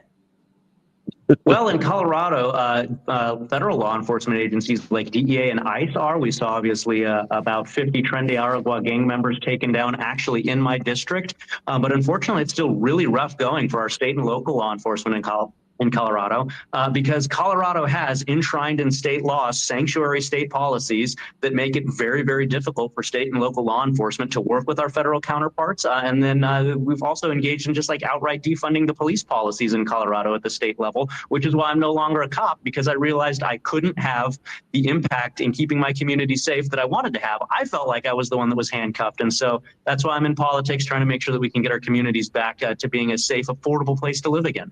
All right, so we're watching video. This is from your district, Arvada, Colorado, which was the apartment complex that had been taken over by the Venezuelan gang. The ladies on my staff noted, and I think it's worth pointing out, that Kristi Noem, this morning when she was out with ICE, fresh blowout and lip gloss before the sun came up. There is this performative nature of this, that law enforcement isn't supposed to be that, is it? Well, law enforcement has the ultimate job of keeping our communities safe. And so by making sure that we send a loud, clear message that DEA, that ICE are going to come find these criminals and make our communities safe again, that sends a message far and wide throughout our communities that makes all the other bad guys put their heads down. We've seen that in Colorado, just with a 4150 Tren de Aragua members being taken off the streets. You better believe that everybody else in Colorado is not now sending out, social media invitations to go to an abandoned property to go have a gang and drug-related festivity anymore. They're laying low, which is why we need to keep the pressure on. And you actually have noticed a difference just in a week. Say again? You've noticed actually a difference in a week. Yeah, well, just from 10 years of being a cop, I can tell you that that's the impact that's going to be felt in our communities. Taking that many gangbangers out of the street that are dealing drugs, that are running guns, that's going to have an impact. Okay, fair enough. Bayanga Sargon, one of our favorite guests, was on this. I think rather than that, though, perhaps more poignant to our conversation, is Jon Stewart from The Daily Show. Take a listen. The Trump administration was clearly ready for this. It was almost as though they had some project for what they might do in 2025. And they're so emboldened, they're not even stopping on American shores. The president said he thought more than 1 million Palestinians in Gaza could be moved to nearby Arab countries. What the f? He's so emboldened, he wants to start deporting people from other people's countries. I'm wondering if that misses the point. The only reason I know about Project 2025 is because the Democrats need a straw man argument to talk about to detract from their failed policies. That's the only reason I even knew what it was. Because at the end of the day, what we have in our new Republican leadership is a laser focus on making sure that we have a secure border, making sure that we are getting rid of these violent criminals who are dealing drugs and poison in our community. Look at the death toll in Colorado. From 2020 to 2023, as a result of drug overdose deaths, over 7,000 Coloradans lost their lives. That's more than double the death toll of the September 11th attacks, and that comes as a direct result of open borders and cartels and criminal organizations running wild in our community, and we need to put an end to it. There you go, bro. You tell her, man. You tell her, bro. Yo, did you see that that little fat lady that suing Uber? Because he wouldn't. Oh No, she's suing Lyft. What's her name? The Damas? rapper. What's her Yeah, name? that shit was hilarious. What's her name? Lyft. It was. I don't know the son Damas. I don't even know. Put Detroit rapper female. Let me see. Detroit rapper. If you said Detroit rapper female. Suing Lyft or some shit like that. That shit was hilarious. Yeah, right there, Lyft.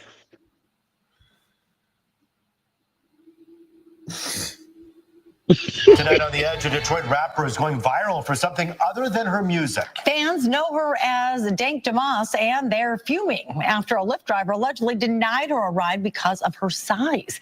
And Fox News' Jessica Dubnik is live in Detroit with this story. And my goodness, tell us how this all unfolded here, Jessica.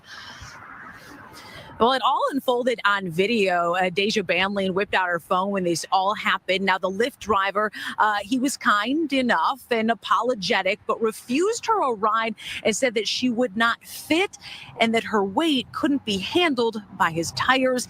Now she's filing a lawsuit. Have you been in cars that size before? Yes, I have. I've been in cars smarter than that, you know.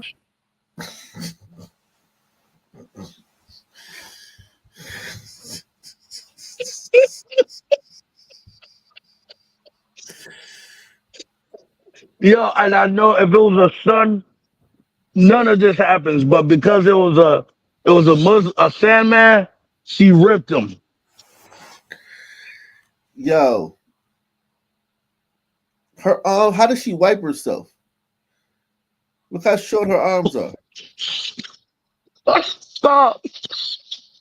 I'm serious. Did she have a brush, like a standing brush in her fucking bathroom when she just rub her ass on it or something? Oh my God. Like, how does she fucking do anything hygienic? I'm not even trying to lie. Like, this arm can't reach over here to wash this underarm. That arm, yo.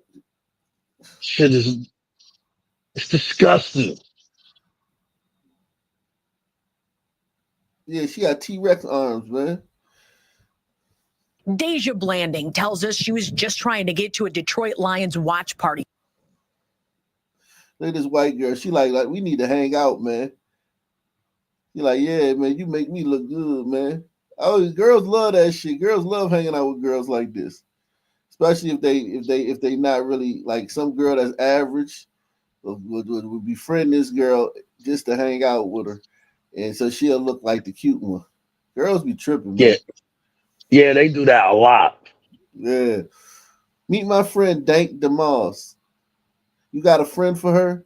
Like, nah, baby, I ain't got nobody for her. But listen, this This one right here, though, it is guys that I had a buddy back in the day, like around like early 2000s. He passed away now, man. R.I.P. Keith, man. He liked girls like this, man. He liked big Oh yeah, ass yeah, girls like this. yeah. Girls like He was six they do four. their thing. He was 6'4", probably 170 pounds. Maybe I would say by that time, probably 180, no more than 180, 190 pounds. He was big, tall, skinny dude, man, and dark skin. And he liked he wouldn't only mess with junks like this, but he took me over a joint like this house, and I was just like, yo, she was like, it looked like she was bedridden and shit. I was like, yo, I had heard about niggas like that, but I didn't know I was hanging with one. I was like, yo, dog, what the fuck? I ain't say nothing, but I was just thinking like, yo, what the fuck? I ain't want to say nothing right there, man. But I was thinking to myself, yo, this can't be real, man. But it is. It's girls like this on IG. You know that, right? They be dressing up in lingerie, and they got followers. Yeah, Shit, and they be posting they pictures. they got a nice high volume of followers. I know. Yeah, it's dudes that like this shit, man. It's to each his own, man. Wow. This month when her lift rolled up. As I'm walking, I see him like making faces or whatever. I'm like, oh man. She already knew. I can fit in this car. But believe me, you can. Yes, I can. Believe it. He told her there's not enough room in his car. The kicker part was when he started to talk about his tires. You know, I feel like that was a slap in the face. That was like, Hey baby, man, you know how much some tires are, man? He an Uber driver, man. He can't. You setting him back, man. If you bust his tires, man, that's a whole check. Hit the like button. Support the channel via PayPal, Cash App, or Super Chat. Hit the like button. Support the channel via PayPal, Cash App, or Super Chat. Take the pledge, man. Support the channel. We like the police over here. We defunded, man. We don't get no YouTube funded, man. Salute to Eric S, man, Ock Nation Hall of Famer coming through once again. He says, Ock, did you do the story on a lady who got deleted in Little Rock, Arkansas? Nah, we do that next. I didn't hear nothing about that. my tires, you know, like. The driver said his tires could not handle her weight. Every big person you turn down because they can't fit in your car? Yeah, because they. Nah, not every big person. Like you, motherfucker. Stop this shit trying to throw everybody, because like, yo, you're not big. Like you're like she's a. Yeah, I swear to God, how did she pull those pants up? Like, think about this, man. I'm not even trying to be funny, man. I don't even want to clown her, man, because you know that's somebody's daughter and shit like that. How did she pull these pants on? I'm like, how did she step into them and pull the waistband up? I don't know. That's a talent. It's a talent, man. I don't know. How'd she get that jacket on? And where did she get that jacket? Like, what store sells a jacket that big? What store sells tights that big? Like, where did she get her clothes from? And like, I got so many questions, man. It's just so, I mean, I really do, man. These are honest questions. I'm not trying to be funny. No, I don't never have to order Uber XL. He apologized, canceled the ride, and left her there. The rapper says she's pretty tough.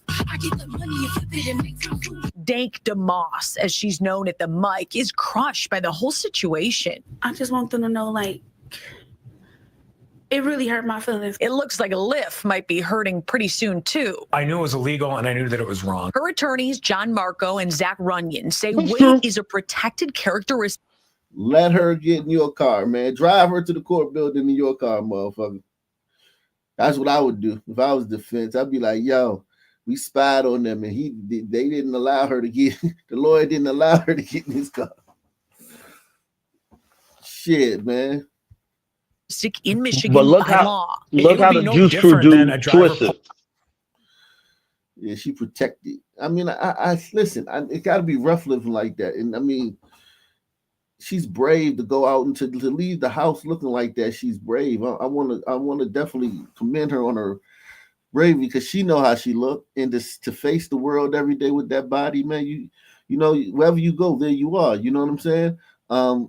I think she's very brave to pursue her career as a rapper with that body. There's no excuses. I will say this, man. There's no excuses for anybody. If this girl can pursue her career in the public eye as a rapper, what excuse do any of us have for not pursuing our dreams? What excuse do we have? Nothing. Lions watch party this month when her lift rolled up. As I'm walking, I see him like making faces or whatever. I'm like, oh man. She already a lift might be on social media. Other full-figured folks have reached out saying the same thing happened to them. I can fit in this car. No, believe me, Yes, I can. I really want people to see like what we go through as bigger people, you know.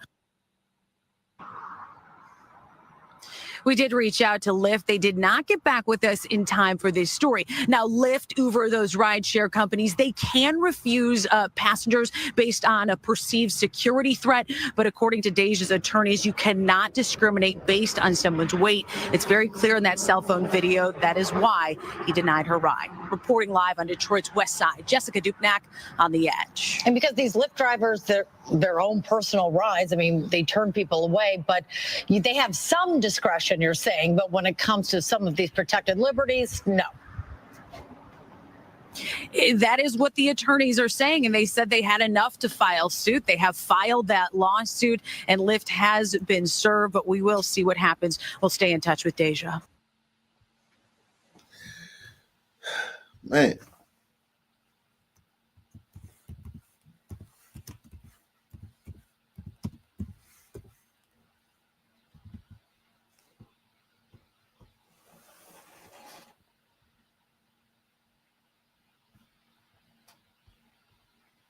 Two shootings at a Midtown mall in as many months, with the latest prompting grief and questions about safety. Thanks for joining us tonight at 6. I'm Rolly Hoyt. And I'm Faith Woodard. Little Rock police investigating a deadly shooting last night in the Park Plaza Mall parking lot that killed a local fitness instructor. And as of tonight, there's no word yet from police on who did it. THV11's Maya Ellison live outside the mall as we learn more about the victim. Maya? Yeah, Rolly and Faith, I can attest with the community that this is a heartbreaking situation. This is the second shooting incident that has occurred at Park Plaza Mall. And actually, tomorrow makes it 2 months since the last one, as we know, occurred on Black Friday. But as the community tells me, they really want to know, what are we going to do to stop these senseless acts from happening again? You know, she was a popular yoga instructor, not just here, but around the city. So we've had a lot of concerned people, and I've seen some tears. A deadly shooting at Park Plaza Mall has left the Little Rock community shaken up. According to the police report, Little Rock officers responded to a call around 6 p.m. on Monday. When officers arrived on the scene, they found a woman who has now been identified as 47-year-old Cynthia Gregory, suffering from multiple gunshot wounds. She was taken to UAMS and passed away from her injuries. Just to hear that somebody got shot the other day, it just breaks my heart. It just seemed like recently, it seemed like the crime has picked up. Doris Conway is the owner of Olivia Beauty Co. across the street from Park Plaza Mall. Like other shoppers tell me, she's never felt unsafe inside or outside of the mall. But there are some things she would want to improve. It's real dark over here, and then I look over at the mall and it's kind of dark. And I just say, oh, sometimes I do feel like they need better lighting. In a statement to THV11, Park Plaza says it's made safety investments over the past several years, including, quote, enhancements to security infrastructure, resources, and operations. Shoppers may notice this Little Rock Police Skywatch in the mall's parking lot. And as for the lighting, this is what the parking lot looks like at night. If you can, do not come to the mall by yourself. Have somebody else with you, especially if it's at night. As the investigation into Monday's shooting continues, friends are reflecting on Cynthia Gregory's memory, like Gabe Curlin, who worked with her at 10 Fitness. If her professional life is any indicator of her personal life, then I'd say she was a really good person. Just accepting individual for sure, open to conversation of from anybody.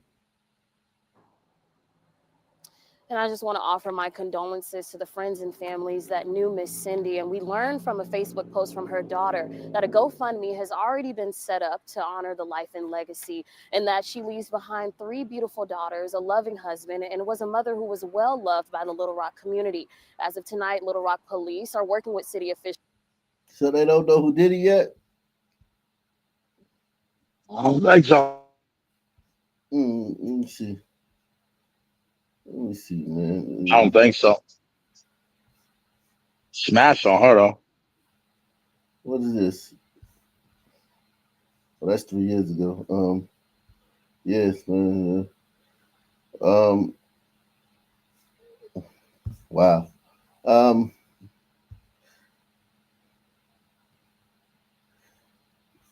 Some man probably did that shit. Most likely, man. Most likely, some man did that shit.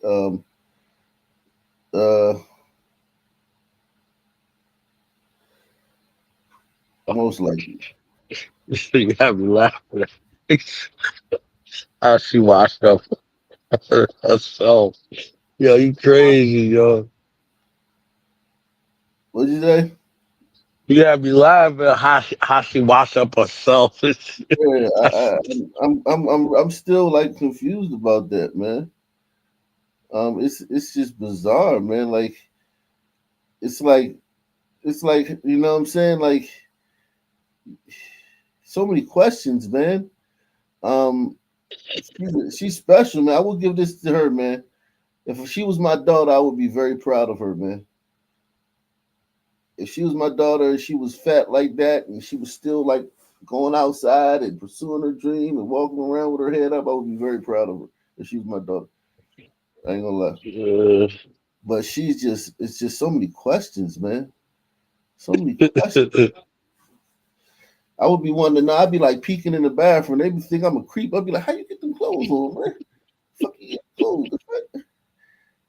Like, Dad, what are you doing? No, I just want to see how you fuck get your clothes on, man.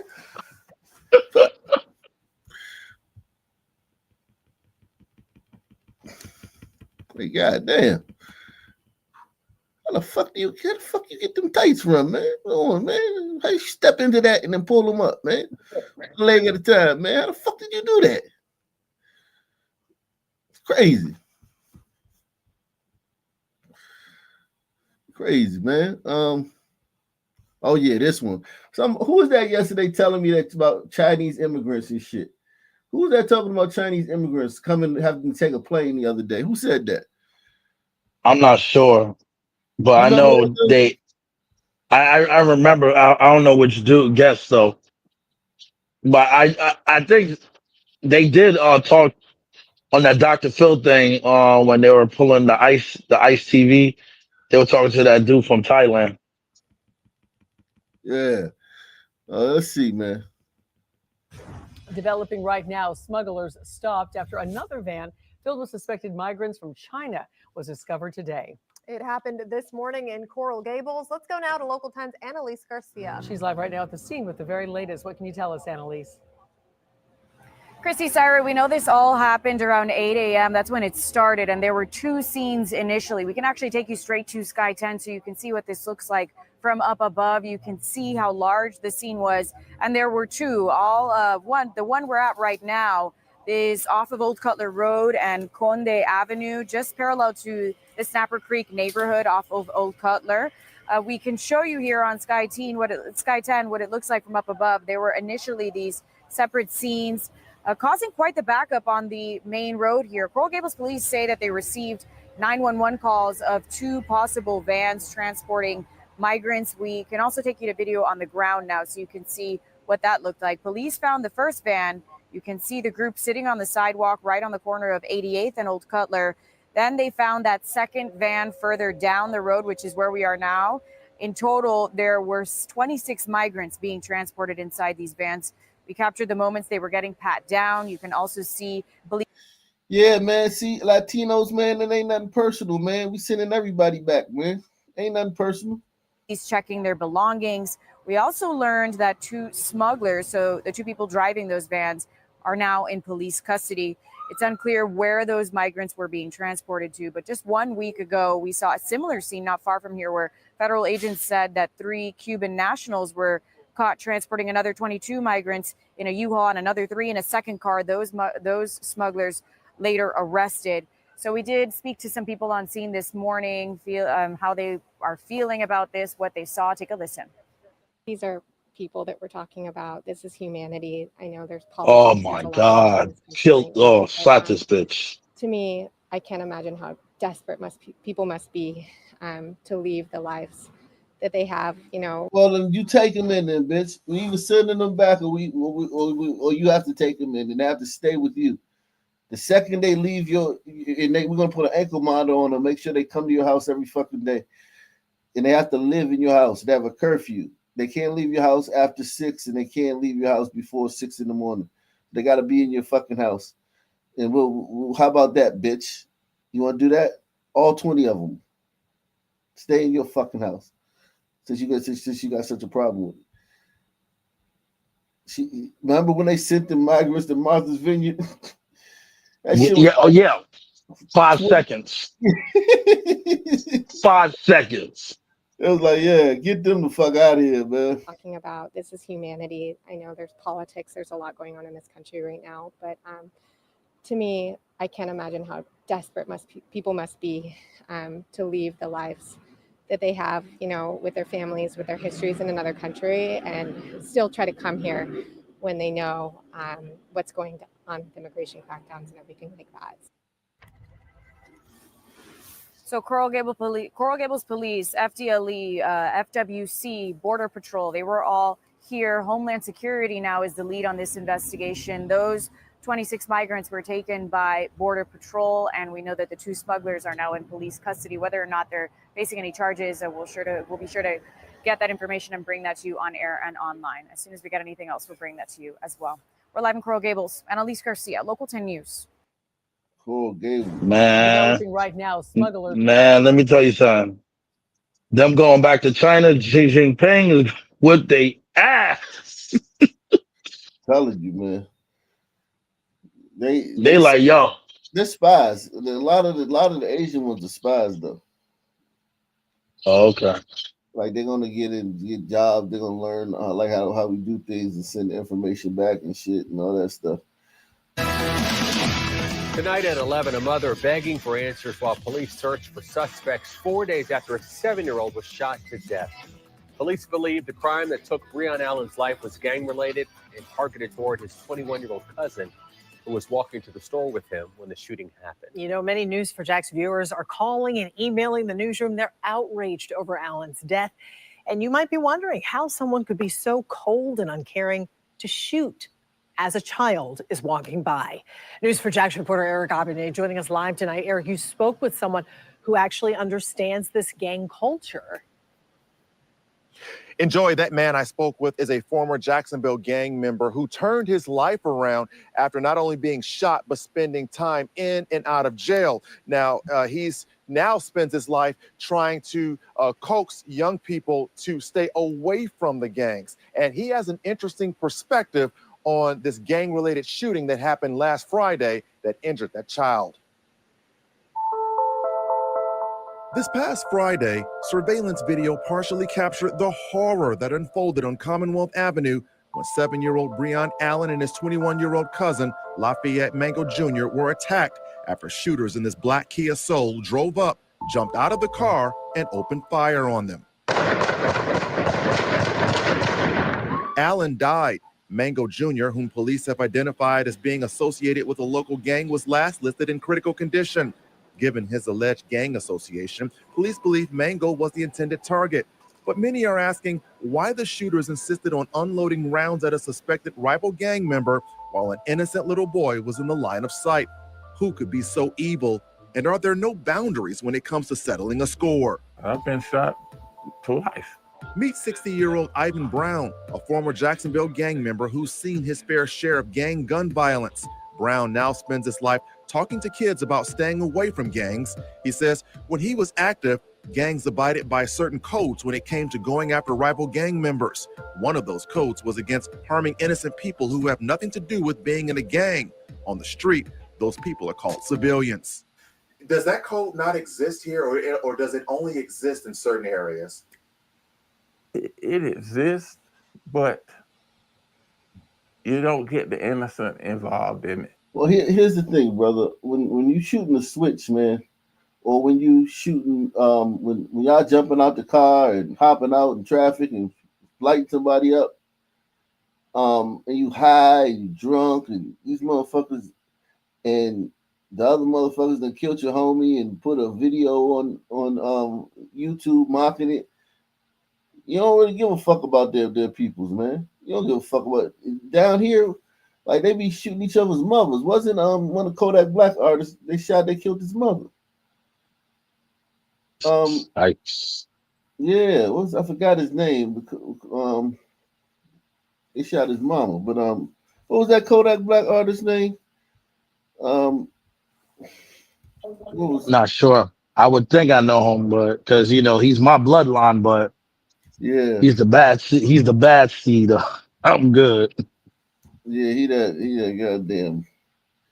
Here it is. Yeah, Psycho Bob. Yeah, Psycho Bob. Psycho Bob. Street rappers unfortunately get killed all the time, but what's going down in Florida right now is wild. Kodak Black's homie. Support the channel via Cash App, PayPal, or the Super Chat, man. Make sure you support. Looks Psycho. Man. We're bringing you this shit is crazy, man. This He looks psycho right there. Look at his face. They all look crazy and shit, man. Salute to Deluxe 247, aka Cal Ripken, aka the real MVP, man. Shout out to Deluxe, man. Coming through every night, man. Come on, guys. Let's see. Let me get this off the screen, man. Shout out to Eric S, man.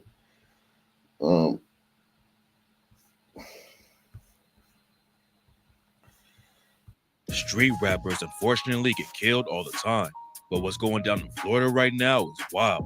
Kodak Black's homie Psycho Bob got the tragic news that his own mother was shot and killed, and today we're breaking down the shocking beef that has ops sliding on each other's moms.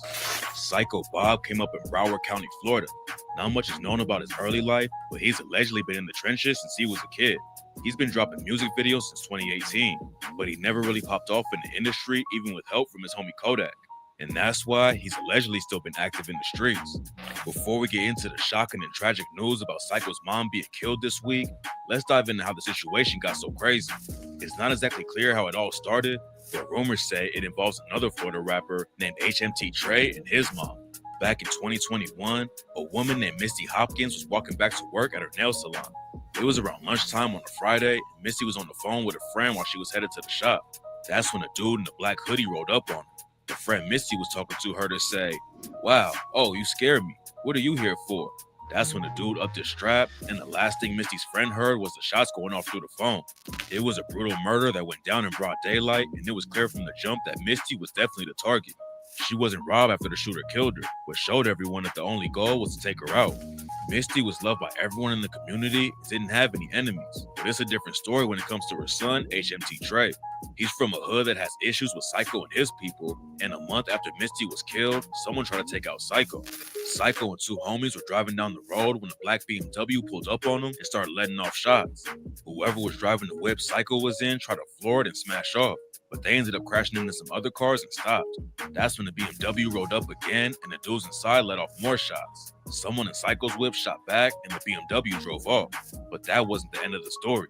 In August 2021, HMT Trey and his homie Liberia Sig linked up for the track FTO, and Liberia took shots at Kodak and his homie Wiz the Wizard when he rapped, "He a dead nigga. What the fuck I look like beefing with a red nigga? Get up on his ass, aiming at his head, nigga." And Chopper knock him out his element. Them niggas bitches. They protected by the president. And I got proof. They know we spinning, so they slime bulletproof. And talking magic make you disappear like poof. Catch that famous ass nigga in them hanging out that roof. Then just a couple weeks later, things took a brutal turn. On September 17th, 2021, someone was walking their dog in Hollandale Beach around where Wiz the Wizard grew up. When they passed by an abandoned house, they noticed something laying under a yellow tarp in the front yard. And underneath it was the body of Wiz the Wizard. according to the police, he had been beaten to death and probably dropped off at the house later. It was already a crazy situation, but then a text leaked from someone who allegedly saw the body, and rumors started flying that Wiz the Wizard's head was cut off and his body was chopped up into pieces. Wiz's murder never got solved, but he had all kinds of enemies in the streets. By the time he was 17, the police claimed Wiz was running a crew of over 100 dudes who was kicking in doors and robbing homes all over the county. He got booked on burglary, aggravated assault with a deadly weapon, grand theft, and resisting arrest back in 2015. Then 1 year later, the ops caught his brother Wajid on the street and killed him. After Wiz came back home, the first thing he wanted was to get payback for his brother, and he started hunting down a dude named Denzel Williams. Williams told the police that one night he was walking down the street and noticed a black Nissan following him. He turned around and saw Wiz in the car, and that's when Wiz started letting off shots. Williams made it out alive and went to the police. He said that Wiz thought he was involved with Wajid's death and had been following him a few days before that too. There's a good chance that Wiz would have been locked up after the trial, but the case fell apart after the only witness turned up dead. In August 2020, Denzel Williams was standing outside of his house with his dog. A woman named Amber Campbell, who lived next to him, came over to pet the dog, and they started talking. And that's when the shooter rolled through and started letting off shots. Denzel and Amber were both killed in the case against Wiz the Wizard. Damn, Amber. Trying to be nice to your black neighbor and shit. Got your ass killed. Fuck. Turned up dead. In August 2020, Denzel Williams was standing outside of his house with his dog. A woman named Amber Campbell, who lived next to him, came over to pet the dog, and they started talking.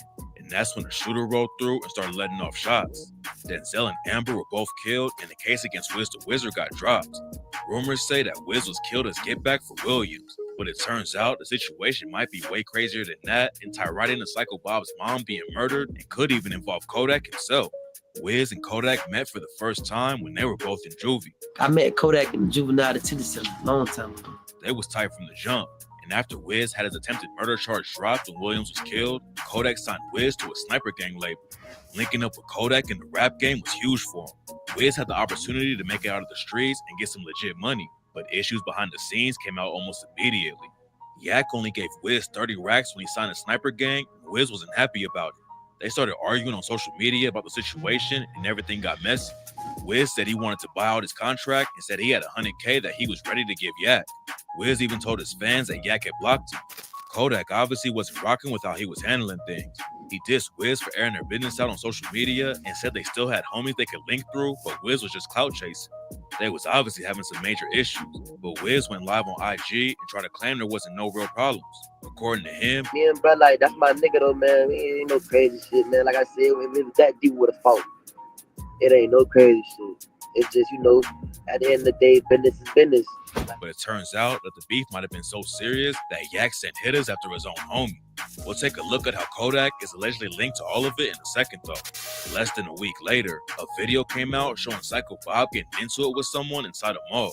According to reports, it was HMT Trey who was clowning Psycho over his homie Wiz the Wizard's death. That's when Psycho clapped back and dissed Trey's dead mom. Ever since Wiz died, there's been rumors HMT Trey and his homies were involved. But some people think Kodak had him killed, and it's all connected to a brutal murder that went down this year. On March 28th, the police responded to a call about an SUV on fire at around. Yeah, these rappers are involved in so much murder and mayhem. It's like every little crew, like all the little crews have got just nothing but murder and mayhem. And then they get to go to the fucking award show and sit next to Taylor Swift. This is great. You know what I mean? Like, woo, it's a lot of shit going on, a lot of drama. This is just one crew. I mean, this is just one little, little area, little couple of crews, man. DC got a bunch of these crews, Philly, you know what I'm saying? Like, it just, every city got all this shit, man. I mean, nice. Around 6 in the morning. According to news sources, there was an explosion in the street, and that's when everyone in the neighborhood looked outside and saw the whip completely on fire. Firefighters showed up to put it out, and that's when the situation took a shocking turn. Inside the back seat was a body that got shot multiple times and burnt so badly that they couldn't even tell if it was a man or a woman. Plus, there was an empty gas can laying right next to the SUV, so everyone knew it was a hit and not an accident. The body inside was a rapper named 26 CJ. CJ had been dropping music since 2020, and rumors say he signed a deal with Kodak just a few months before he died. But after allegedly signing with him, CJ hopped on social media and said he was going to air out everyone who's been playing internet games and not keeping their business in the streets. He ain't call out Yak by name, but CJ threw a subliminal at him by saying he wasn't going to beef with anyone who got shot and never got their get back. Then he tagged Psycho Bob and said, "First Psycho Bob, now me? You still want him or what? Let's not get too messy." Some people think CJ was talking about the time Psycho got hit up on the highway, but he could have been referencing the gun charge Psycho got booked on last year. The cops pulled him over for speeding and smelled weed in the car, and when they searched inside, they found a loaded strap between the seats. It sounded like CJ wanted to expose Yak for something, but was killed before he got the chance. And it probably involves Wiz the Wizard too. After Wiz died, Kodak gave a speech after donating $20K to the daughter of a cop who died from COVID-19. During the event, he talks about Wiz and said, Think about how fucking crazy that is, man. This Shit is nigga out here weird. involved in all this fucking murder and mayhem in the streets. All of this shit. He in the middle of all this shit, and he just, living his life like it's golden, man. but was killed before he got the chance. And it probably involves Wiz the Wizard too. After Wiz died, Kodak gave a speech after donating $20K to the daughter of a cop who died from COVID-19. During the event, he talks about Wiz and said, I just lost a friend, a very close friend for we've been friends for over 10 years. I just lost him yesterday. What made the situation really sketchy though is when Yak dropped the track Back for Everything and rapped, "Yeah, Double M gang, but I ain't talking Rick Ross. Double M gang, I took that shit from Wiz. Rest in peace, my nigga, but it's his fault. The way you let them kill you like a jit. Talking to Wham, you saying the same, did you like a lame. Sending a shot at his dead homie was crazy. Then Yak added fuel to the rumors he was involved with Wiz's death when he hopped on Kendrick Lamar's track Silent Hill and rapped, "I caught a bail off a Google lap. I'm the type to get my shooter waxed. I had to survive off a tuna pack. 5% tin on the whip, like, who was that?" Wiz the Wizard and CJ were homies, and CJ released one of their collab tracks after Wiz died. But according to rumors, Kodak paid CJ to snake his own homie. After CJ died, the ops dissed him, but also posted pics of Wiz the Wizard and said, "Long live Wiz the Wizard." Wiz's cousin, Wham Spin the Ben, hopped on line 2 and said, "Nigga played with Wiz and got set on fire. Couple more you fuck niggas finna get the same treatment." It's not clear how Psycho Bob was involved with any of the beef between Yak and his other homies, but now he's dealing with his own tragic loss. A few days ago, the news broke that his mom, Dorothy Smart, was shot and killed while she was sitting in her van at her house. Just like HMT Trey's mom, Misty, this looks like it was a targeted hit and not an accident. Someone rolled up on her and started letting off shots in the middle of the day. And so What? far, the police have no idea who pulled the trigger. After the news broke, HMT Trey's homie, EBK Hatch, posted Psycho Bob's track Stepdaddy on Instagram and wrote, "I heard a lady who's about 50 got hit up with them switches." Stepdaddy's a diss track aimed at Liberia Sig, where Psycho claimed he was hooking up with his mom. Psycho also talks about Sig's mom on social media and said he can't diss him while his own mom is hooking up with him. A nigga can go fuck a bitch baby mama, old lady, whatever. You can't talk to nigga fucking your mama. I don't care what you do. You can do 1,000 gangster shits and nigga fuck your mama. Well, how can you beat that? That's your mama. You can't mock that coochie, boy. Right now, nobody has any idea who murdered Psycho's mom or why, but the situation in Florida that's going down right now might be the craziest wave of violence in rap history.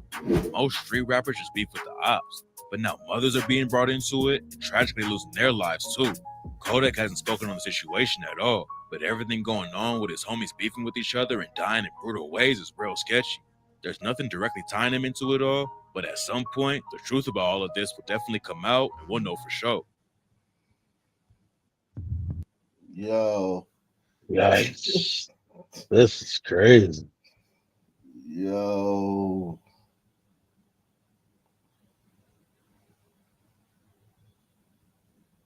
Mothers are involved. That's some sick shit.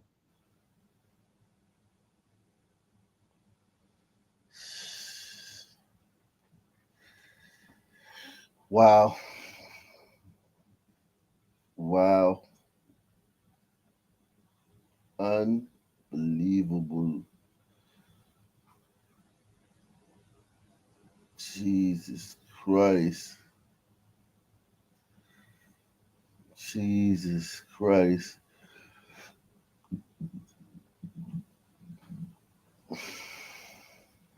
Fuck. That shit is almost unreal, man. If we didn't have a bunch of other videos from other cities, if we just didn't do one of those last week and then the week before, it would seem like unreal. You know what I'm saying? Like No, it's the truth because we're used to it. It's the norm.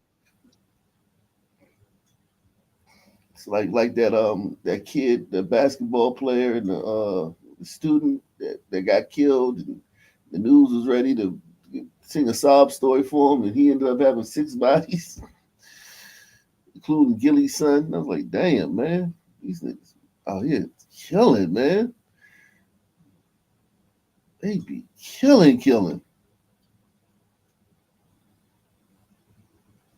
Shit. Signing each other's labels and killing each other and making songs and killing each other. There was some brutal murders. One dude got beat to death, chopped up. Another dude got set afire in a car. Another nigga got 2 niggas' moms got killed. That was a That was crazy. nigga got his white neighbor killed because she just came over and petted his dog right when the ops pulled up. Jesus Christ, man. Trying to give him an apple pie or some shit. Like, hey, Tyrone. I only wanted to tell you, you're a great neighbor. You're not like the like, damn. Fuck. Burner count. He in the back chat. Oh. What's up, Burner? What's your Canada. thoughts, man? What up? How you guys doing? We Did you see the fine. last story? What's that? Did you see the last story? No, I just got up. I'm in the kitchen, Oh, so I just have this on. But why? What was it? A black person killing people? I'm guessing. The rap game. Okay. Oh, we Okay. Yeah, that shit. Wow, that shit crazy, man. Wow. Jesus Christ. I ain't even gonna lie, man. Like that one right there. Them niggas killing each other moms in broad daylight. Like they walking up on niggas' moms 50 in the sunlight. giving like 50 shots, like 50 cent Yeah. shots. Like, But they ain't making no rap. Noon and shit. They run up your moms at noon and shit. Like just boom. Like, god damn. Isn't that that mom thing like it's not off hands for son? Like is don't like NBA players like try to fuck each other's moms? Like that's just a son thing. Yo, I don't. I think like it's happened a few That's times. a I don't one. think they try to do it. It's like a Yeah, that's a one off. That's a one off. Yeah, LeBron mom got allegedly got Yeah. smashed by Delonte West. Yeah, I Delonte remember West that. from my city, man. He one of the best ballers to come out of DC, man. The metropolitan area, man. He having a rough time now though. Yeah, Delonte West from DC. Yeah. Okay, because I knew his career when I followed him in St. Joseph's. Yeah. Him and Jameer Nelson and shit. Yeah. They had a good On this very busy day, we have still more breaking Wow. news from. That shit was crazy, man.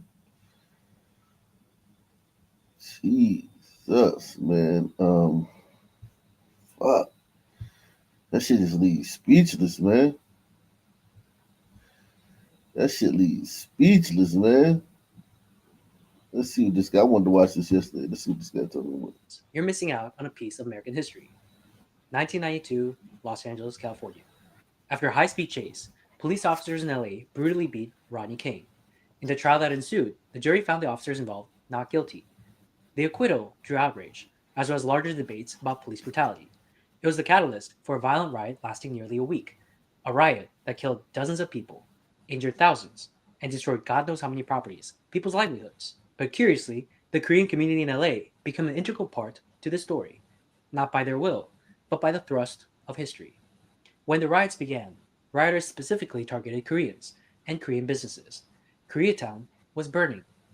And the Korean people, whose men and women were brutalized during this chaos, whose stores were ransacked, took up arms to fight for their lives. Many stationed themselves on the rooftops of their stores, ready to gun down would-be looters in defense of their livelihood.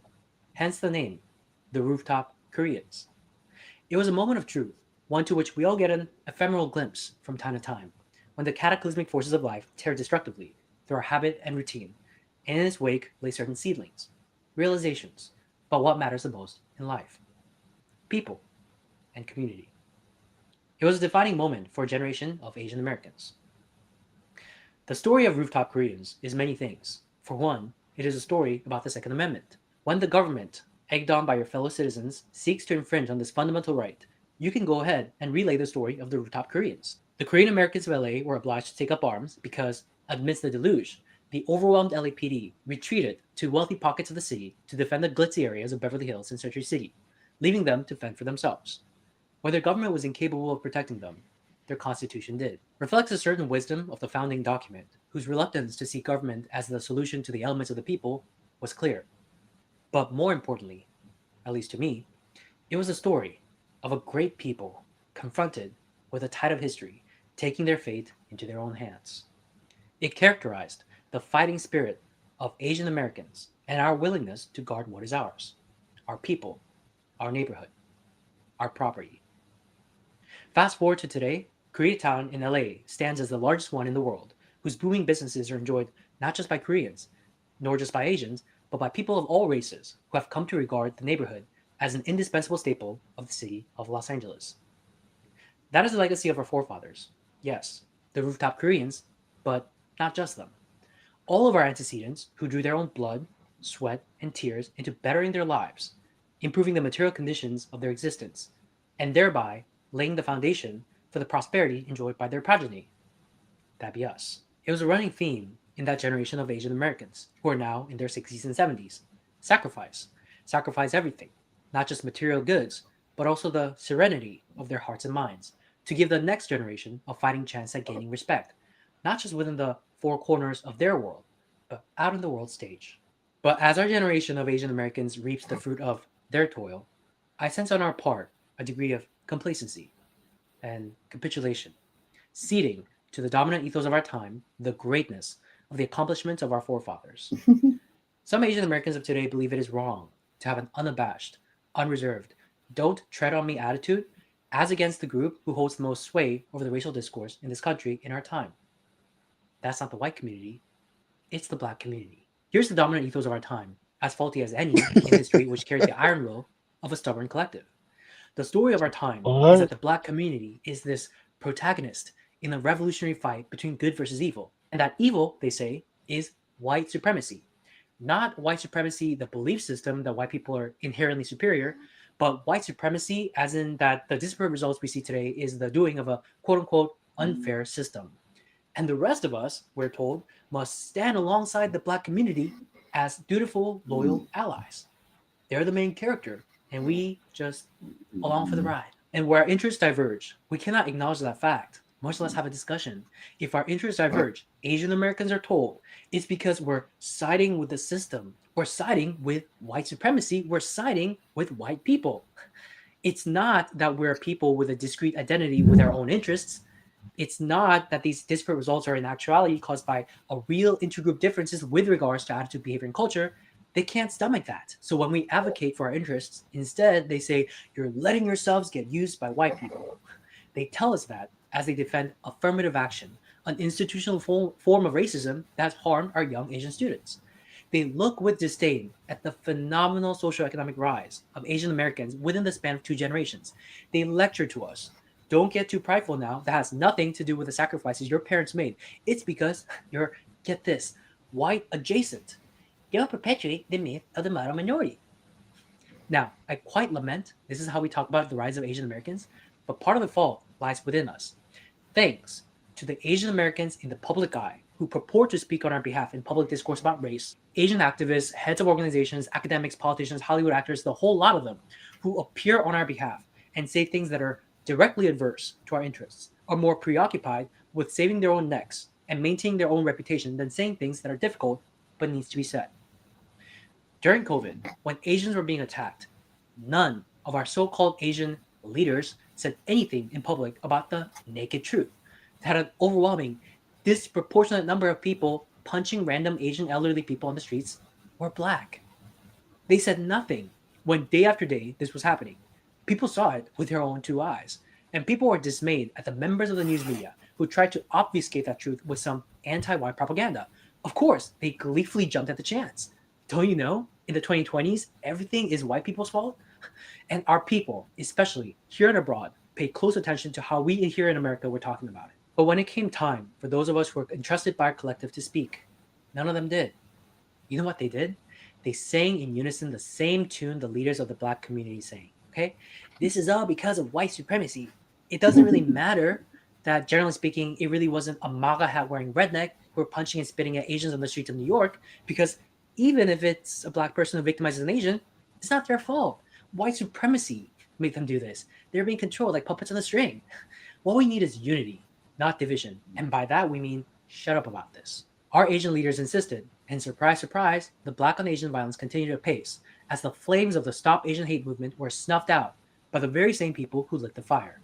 So let me be clear on the conversation that would have been in the interest of Asian Americans. The conversation those among us endowed with the power to have it or earned a duty to have, but nevertheless so neglected.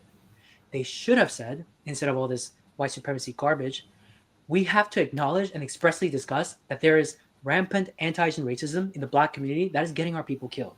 You asked us during George Floyd to talk about the anti-blackness in our community. Hey, which was a fair ask. It's high time you do the same. That would have been the response with some backbone. So when I say bring back the... Good luck with that, man. Good luck with that, man. Good luck with that. Yeah, are you seeing how I'm vindicated now? Like, just this Go ahead. whole fucking speech, is this not like perfect evidence of what I basically said to Wicked a few days ago? Like, fundamentally, non-whites cannot assimilate. Keep in mind, this fellow 2 days ago fucking hated white people. But the only reason why he's expressing some sort of like sympathy or whatever for, you know, how white people are treated is because now he's interpreting himself as being treated as like white adjacent. But I would say this. You got to clean. The straight white man they got to straighten up that fucking liberal white bitch. That's really fucking got shit up. The liberal white bitch is really fucking y'all up badly. Because she's woke and it turns you guys woke and it's no good.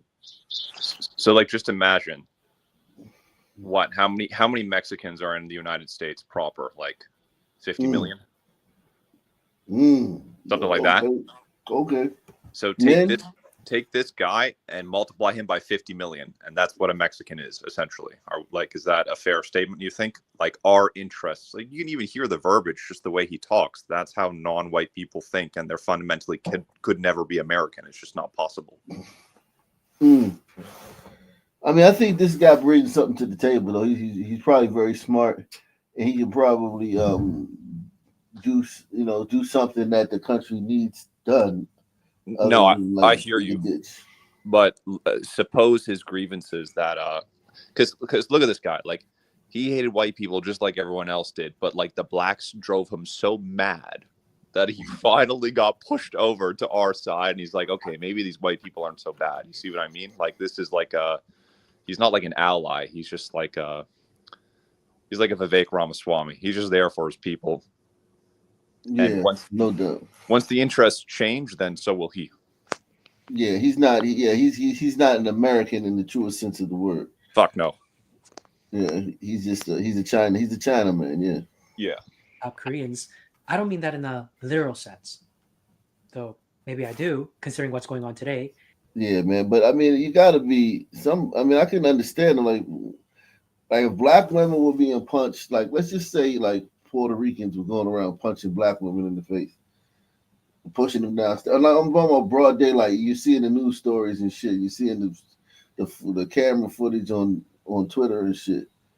And it's like just normal. Like it's not like, you know what I'm saying. But old people, like old men tottering down the street like 1 mile an hour, and some fucking Puerto Rican comes and just punches him in the back of the head and walks off, like saunters off and shit.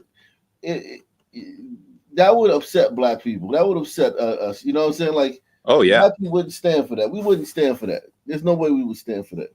No, nor should really anyone. That's there's two issues here. Like, I'm not expecting anyone to stand for your fucking grandmas getting murdered and killed by some people. Of course not. But it's just he's trying to like co-opt and pretend that he's some like I don't know, like white adjacent American, or it's just so goofy, and that's basically a systemic problem that the United States is facing. Ladies and gentlemen, we've got a few more clips here of liberal people reacting to the deportations. We've got Selena Gomez setting up her camera, getting it ready, and then unleashing the fake crying. And this type of behavior is 100% for attention, 100% feel bad for me. You set your camera up, you put it out. I don't know if this is TikTok or whatever, but she's very sad that illegal immigrants, by the way, this round of illegal immigrants being deported, there's a high emphasis on criminals. So they're deporting many of these people are criminals. And so you have this terrible, like the worst thing ever. How could Trump do this? This is exactly what Trump said he was going to do. This is the very light stuff before the wide range of deportation happens. So right now, this is like the softball part of it. It's not even the tough stuff. And these people are crying. It's all fake outrage. It's a joke. That's exactly what Trump said he was going to do. This type of behavior, it would have worked in 2015 when public opinion polls said that only 36% of Americans believed in mass deportations of illegal immigrants. Now it's up to every single illegal immigrant. Do you want them deported? 60% of the American public, which is a majority, obviously like 99% Republicans. It's like 75% independents. They believe that every illegal should be deported. And again, this is the first stage of the deportation process. Trump's got a wider range where he's got like multiple phases of deportations. They're focused on the criminals, the violent criminals. They want to get them out as quickly as possible so they can't harm American citizens. And they're still crying about that. But even remove the people that are going to, because obviously if you've come here illegally, every one of them is a criminal. But even remove the people that Trump are focusing on right now, which is the violent criminals, just in general. Do you want all illegal immigrants gone? 60% approval. This type of stuff where you cry like this, it doesn't work anymore. It worked in 2015. I'll agree. This needs to go back to 2015. And so let's see what Selena Gomez has to say here. She sets up the camera. She's got to film herself, right? Everything's a performance. It's a joke. I just want to say that I'm so sorry. So many people are getting attacked. The children. They don't understand. And remember, Trump is like a liberal when it comes to immigration. Look at the H-1B issue. Like the context of this is so crazy. These people do not want a border. There's no point in even having something called the United States. Like she's like, I don't understand. What are you talking about? The people are being attacked. The children are being attacked. Illegal immigrants are being deported because that's what was voted for. And this is what independent people understand. That's why Trump has like a 60% approval rating, like I just talked about in the last video. I'm so sorry. I wish I could do something, but I can't. I don't know what to do. No, you actually. There's no tears though. Like there's no tears streaming down her face. It's just the cry face, like the black mom and shit on the news stories we do. Like just cry face. Yeah, that's why she took it down. You could at least produce some tears. Like thought about something else that happened, and you know what I mean. It just, like she couldn't produce any tears. Like when you're crying, you don't have to make the cry face. Most people when they're crying, it's just like, you know what I'm saying? Whenever they do that cry face, there's never any tears. It's all performative. This woman's nuts, man. This is absolutely embarrassing, man. This was embarrassing. And he says 2015. I think this could have worked last year before the election. This could have worked before the election. This could have worked November 4th. You know what I mean? definitely. Actually can do something. You can educate people. You can't come to the country illegally. Otherwise, this is going to happen. So you can do something. Everything I've promised. Just want to say. So that was the 30-second clip. I don't know. Was it Instagram, IG Reels or something? I don't think that's TikTok because you would see the little user there. But yeah, Selena Gomez sets up a camera, fake cries, posted a video crying about math. That's just bizarre, man. Let's see.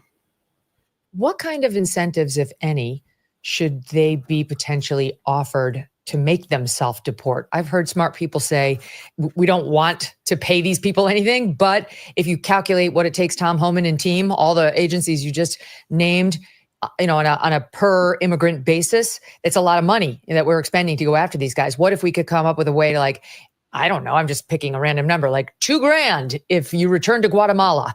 Here's a big check waiting for you. Get out and get down there and we'll work with the government to make sure these people get paid. I know it sounds outrageous to pay but like better just to get them out of the country. And if they could self-deport, it would make it a whole lot easier on you guys. Is that crazy talk? No, that's been discussed. It's an option. We're looking at what the pros and cons are. But you're right. It would save the taxpayers some money. And there are other things we're helping them get their affairs together, giving a window of 30 days, the non-immigrants, non-criminals to put their affairs together and supply transportation back to their homeland. There's also talk about creating real opportunity zones in those countries. So when they go back, they're going back to a job differently than every other administration, though. We got to make sure the money goes to the right people. This has been done, billions and billions of dollars being sent to these countries to create opportunity zones so that people don't feel like I leave the country, come back. That money doesn't get where it needs to go because of the corruption of government officials and so forth. Yeah, So you can't even send. It could be a famine, and you send grain to these countries, and they fucking they don't give it to the people that's starving. How the fuck you gonna give them thousands of dollars to give to their fucking? Yeah, he's got a hard line here. This is unacceptable. Yeah. Quite honestly, this is a bunch of fucking bullshit. Just fuck these This people. is a woman. That's a woman. That's a woman's idea. Megyn Kelly's still a woman, even though she's in. Yeah. It just, you know what it is. Mommy. These countries are very corrupted and they don't really care. That's why the labor laws, I've been there, the labor laws are disgusting. The only thing that's actually really good is Costa Rica, because they actually have somewhat of a format like the United States. Yeah, but I mean, a lot of Costa Ricans aren't coming here because they No, they're living good. Costa Ricans wouldn't even accept them. They're like, get that shit out of there. Take that somewhere else. Of course not. This is crazy though. Like, give them $2,000? Fuck no. No, man. That's also telling them like that was soft too. Like, I think, Megyn Kelly doesn't understand. These people are not like, they're not like you white people. Like, she's thinking like a white person. Not. Like, you're right. These people, they see weakness in that. That gesture is like advertising that you're a big fat pussy and you're just waiting to get fucked. You're totally right, dude. See, that's why I like Stephen Miller, because he's the only guy out of all these guys that starts using words like heritage. Like, hey, I don't want my heritage stolen from my children. I don't want people come here. I don't care why they're here. The fact that they're not me, they're not of my heritage, means they're not welcome. That's kind of the only way to really do this. Or else you have fucking Megyn Kelly coming up with these stupid, woman scenarios on the best way to entice, Jose back to Costa Rica and shit. Not Costa Rica, Guatemala. It's insane, man. This is crazy. Tom, this is the first thing Tom Homan has said that I really like. I was like, yo, this is the first I didn't like him saying this. I didn't like him agreeing with this broad. So that needs to be drilled down on the Department of State. We're talking about this. So what you just said, there's discussions going on. I'm looking at pros and cons and what may work best, but it's not off the table. We're thinking about it. What do you, how would you describe what our military is doing right now? Because they're not allowed to do law enforcement, but I hear that they can drive trucks at the southern border. They can transport people or things. So how do you see the military helping now? Because finally we have a presidential order commanding that DHS, Department of Homeland Security, and the Department of Defense coordinate to help stop this. Look, and they should, because I think what's happened on the southern border, and even Christopher Wray, who not buddies with by any means, even he agrees with me that the open southern border is the biggest national security vulnerability this nation's ever seen.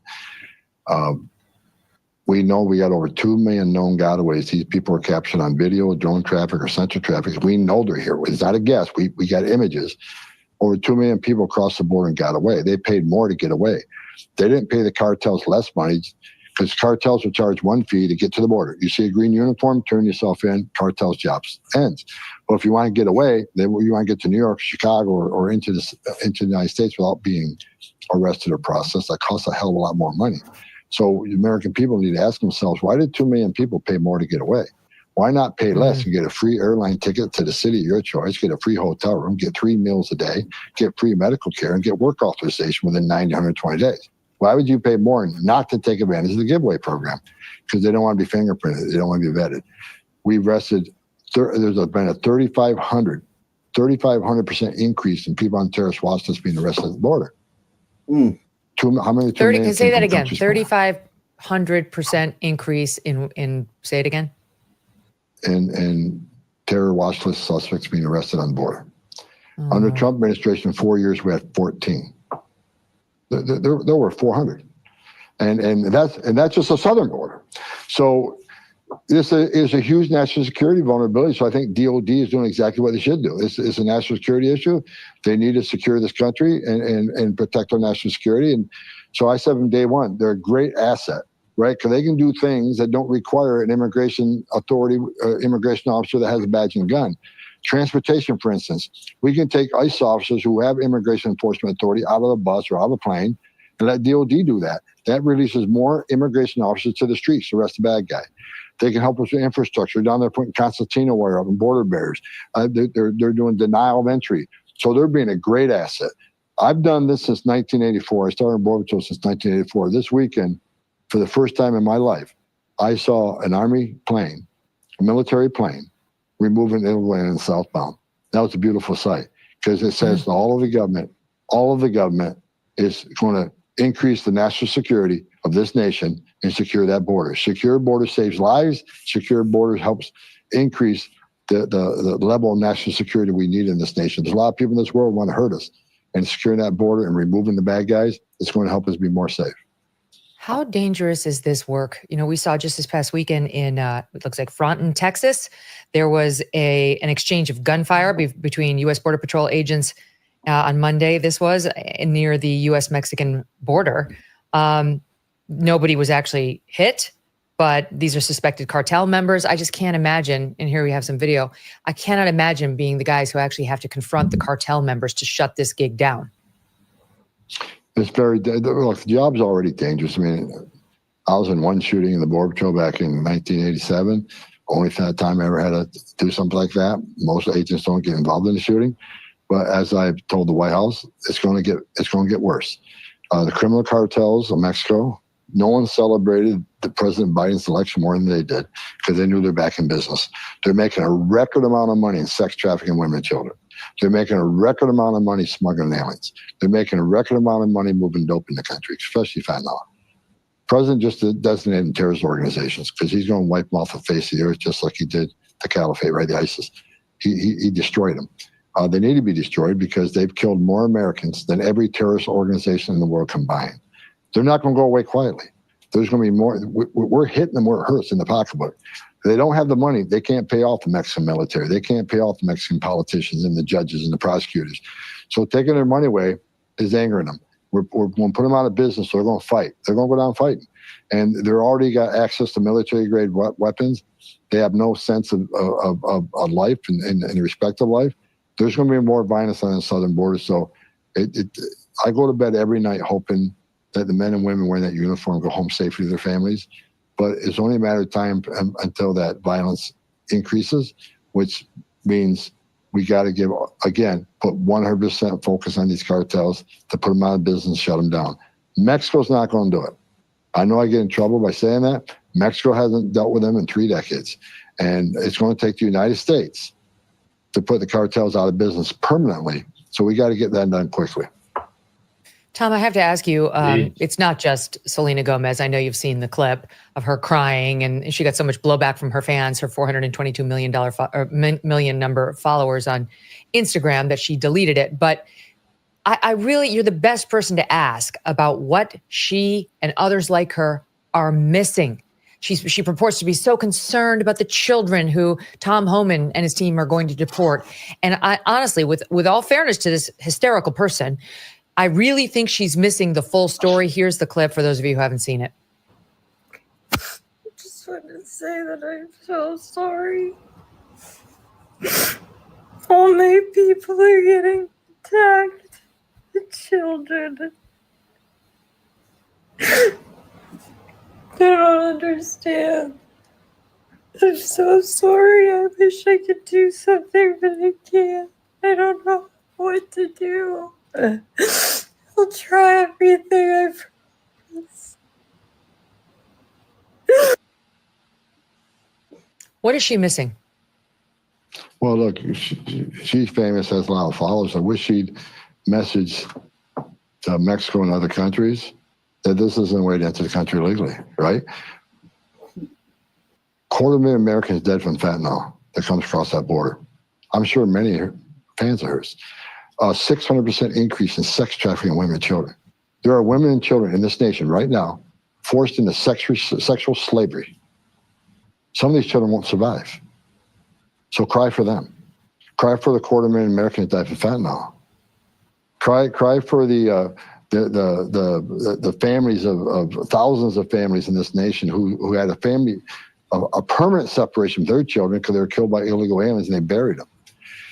Help us secure the border, save lives. Send a message out. This is not the way to come across the border. Under Joe Biden, a record number of Americans have died because of the open border policy with fentanyl. A record number of aliens have died crossing the border. 4,000. Historic number of people have died crossing this border. So if you want to help, if you want to cry for those who have suffered because of the open border crisis. If you want to save women and children, tell them not to come. Don't put themselves in the arms of criminal cartels, be sexually assaulted, abused, and killed. If you want to cry for the victims of an open border. I've said this 100 times. Open borders kills, I just said it, kills record amount of Americans, record amount of migrants. But you know what? A secure border saves lives.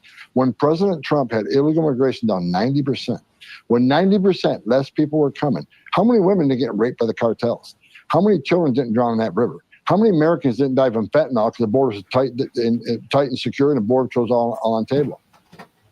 How many children weren't found in pornographic movies and sex slavery? How many women weren't forced into sexual slavery at massage parlors throughout this country? How many cartel members didn't make it into this country to spread their poison throughout the nation? Thousands of people died because of open borders. So help us. You got a big platform. Help us save lives. Secure border saves lives. Those who enter the country legally, they're cheaters. As I said, there's people in this world who are doing the right thing to come to the country the right way. These people are taking a front seat away from people that really deserve to come to this country. Help us to send that message. A secure border saves lives. That's where she should be putting her anger, her sadness, everything else. Help us. We can save lives together. Tom, we watched you at a hearing. It happened years ago across from Representative Chuy Garcia, who was taking issue with your tough on the border approach and suggesting you had no heart, and actually asked you, have you ever held a child in your arms? You know, a young child. And you told a terrible story about how indeed you had firsthand. You used to be a Border Patrol agent. You were on the front lines doing this work as an agent. And I couldn't help but think of that 5-year-old boy when I saw her crying for her people. I mean, people, meantime, are pointing out online, like Evita Duffy Alfonso, who comes on the show. Selena Gomez is half Italian. She has a Mexican father who wasn't in the picture. And she says her Spanish is terrible. What does she mean, my people? I don't know where her people are. But if she's talking about her people from Latin America, from Central America, you've had experience with what happens to those people as they try to cross this border in the most harrowing of circumstances. And so far, no tears for little boys like that 5-year-old. Well, I shed plenty of tears on that incident. That incident changed me forever. And I've held many dying children. I've held adult children. I've talked to little girls as young as 9. When you get on your knees, you talk to a little girl 9 years old that was raped multiple times by members of the cartel, and you get look in her eyes and everything innocent and pure. Everything innocent and pure in her life has been stolen, and her life will never be the same. That's why I get that. That's why I fight so hard. People, while you and I are talking right now, Megan, women are being raped by members of the cartels as part of the people crossing that border. A child will die on the border tonight. So, you know, I take this job seriously because of what I've seen in my 34 years. And for the folks out there that hate me, if you wore my shoes for 34 years, you'd understand the passion. You'd understand why I think a secure border saves lives. We continue to face uncertainty when it comes to the economy, with a perfect storm brewing. I think he saved that, though. He saved it. He came through at the end, man. I give him credit. Here's the thing, though, Ak. Like, that entire discussion was still in like the leftist paradigm, because effectively what he's saying is, "Oh, I'm not racist. I'm doing this for the poor brown children." Right. But here's the thing: we shouldn't give a fuck about the poor brown children. Right. Get out of here. Just get out of here. Like it doesn't matter how many of them get killed or what they do to each other. We shouldn't give a fuck because they can't be Americans. So that's just like we're still.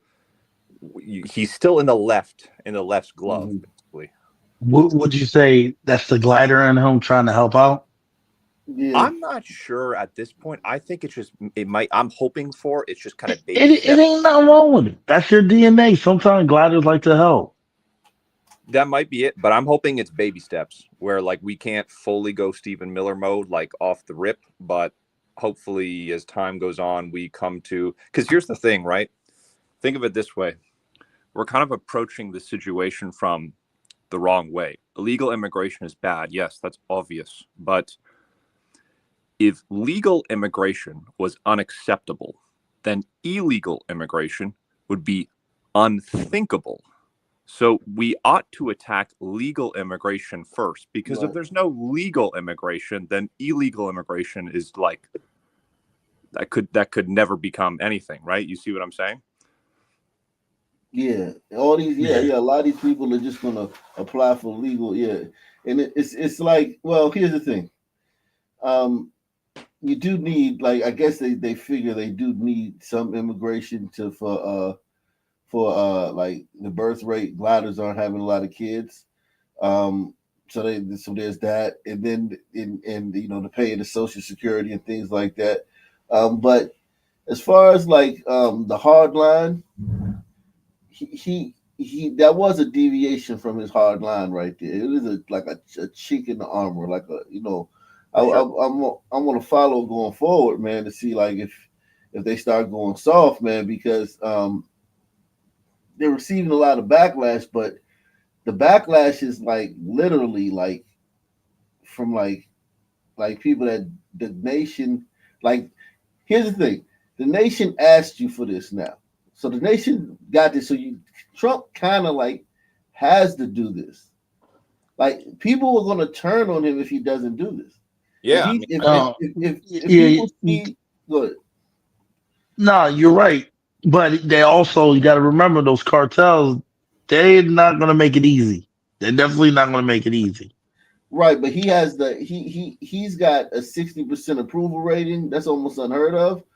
If people see, you know, like, oh, they're talking about paying these people to go back, and I don't have a job, and then all the I don't have a job people, all the I'm struggling to pay my rent people are going to be like, you giving them, you know what I'm saying? So I think they kind of have to stick with this plan of, you know, arresting people and sending them, putting them on planes and shit, because people want this.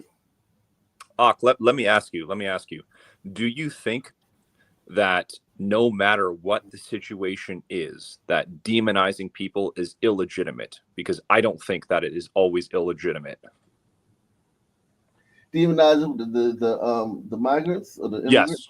Yes. No, I don't think so. I think, listen, those the shift. There's a shift in the national consciousness.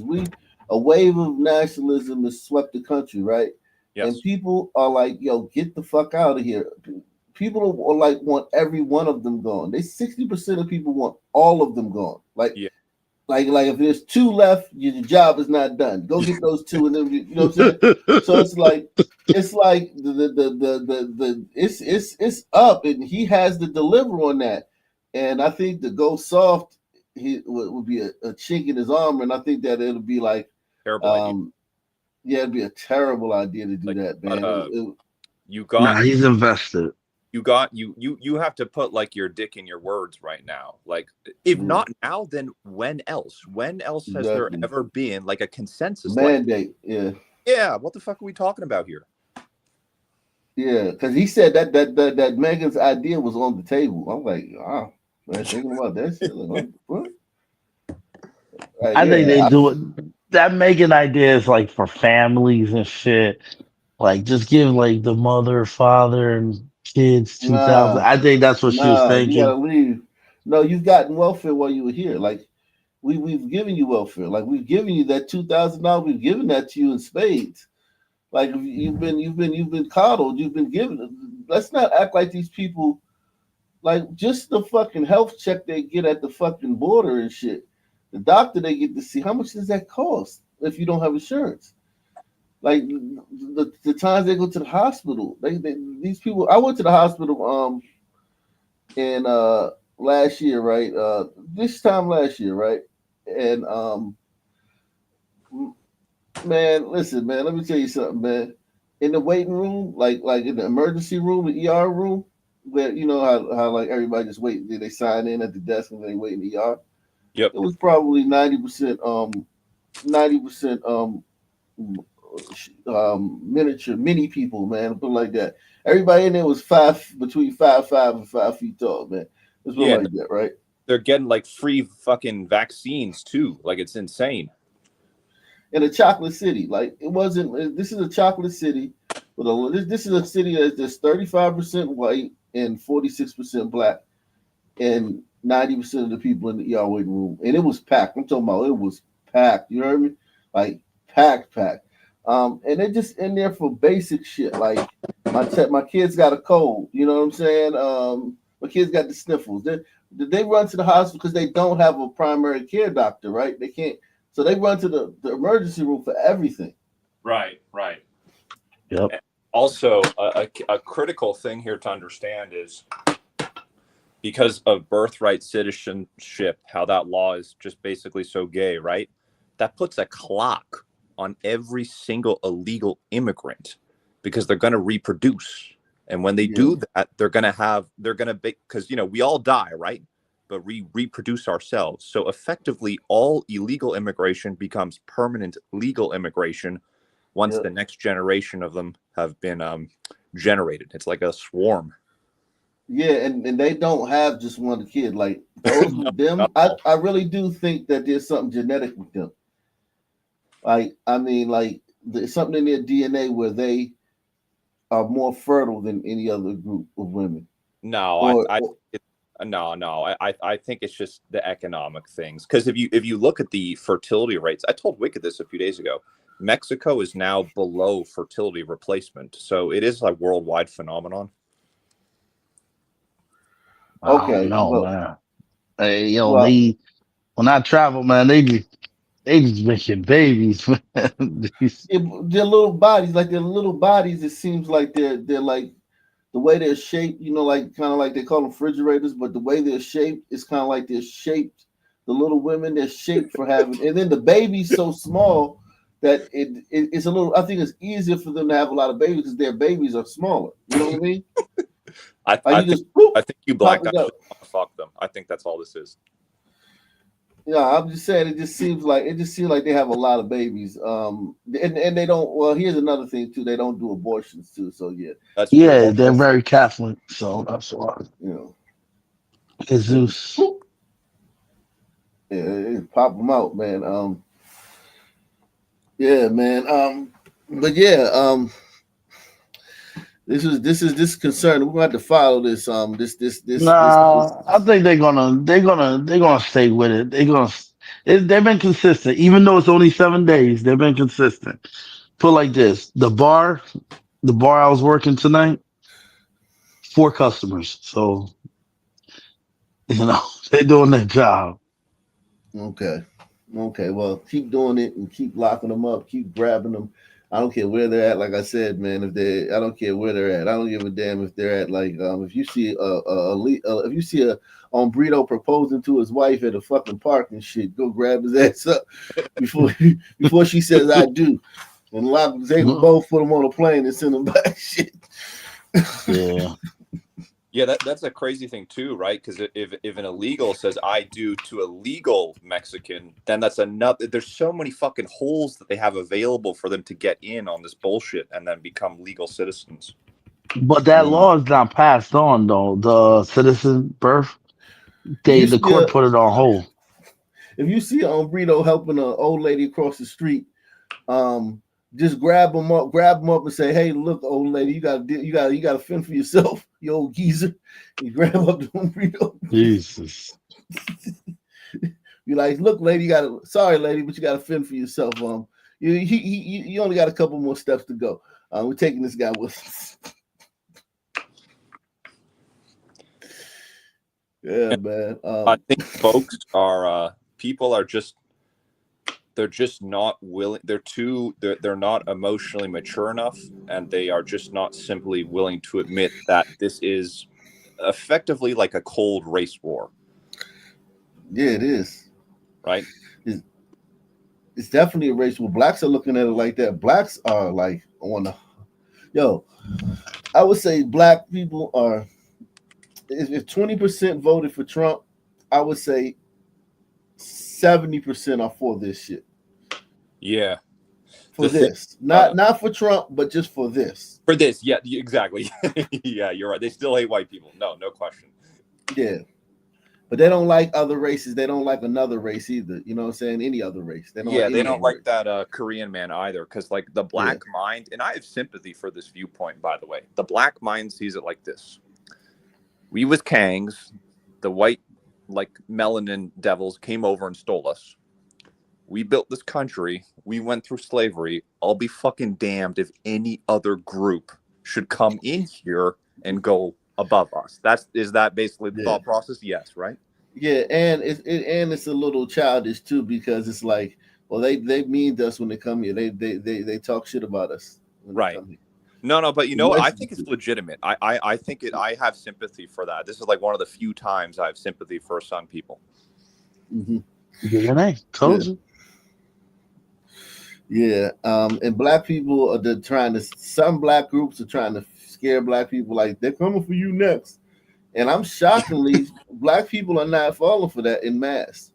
Yeah. No, here's the thing.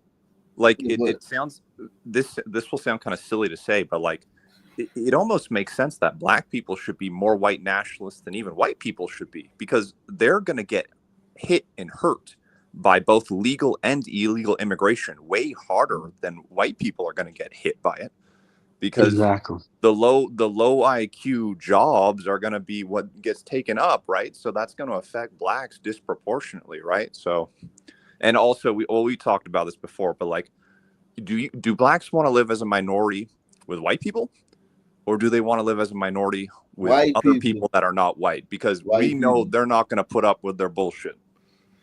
Yeah, no other race will put up with our shit. No other race. No. They would, you know what I'm saying? I think we would be slaves under most other races. I mean, like, I think they would just enslave us, man. But white people have been very nice, man. We love white people in that manner. We know that, like, we could never kick these fucking immigrants out. We need white people to do that. You know what I mean? Yeah. So white people are kind of like our hand, like they're like our prosthetic hand, grabbing up these little fucking immigrants and shit. And we need y'all for that. And y'all, your logistics, your planning, your military, your might, and all that stuff. Yeah, some could never operate that type of. I don't even know if fucking gliders can at this point. I mean, look, the amount of people being deported, if you multiply that by however many days or in 4 years, does not equal even close to the number of illegal immigrants in this country now, does it? No, and they're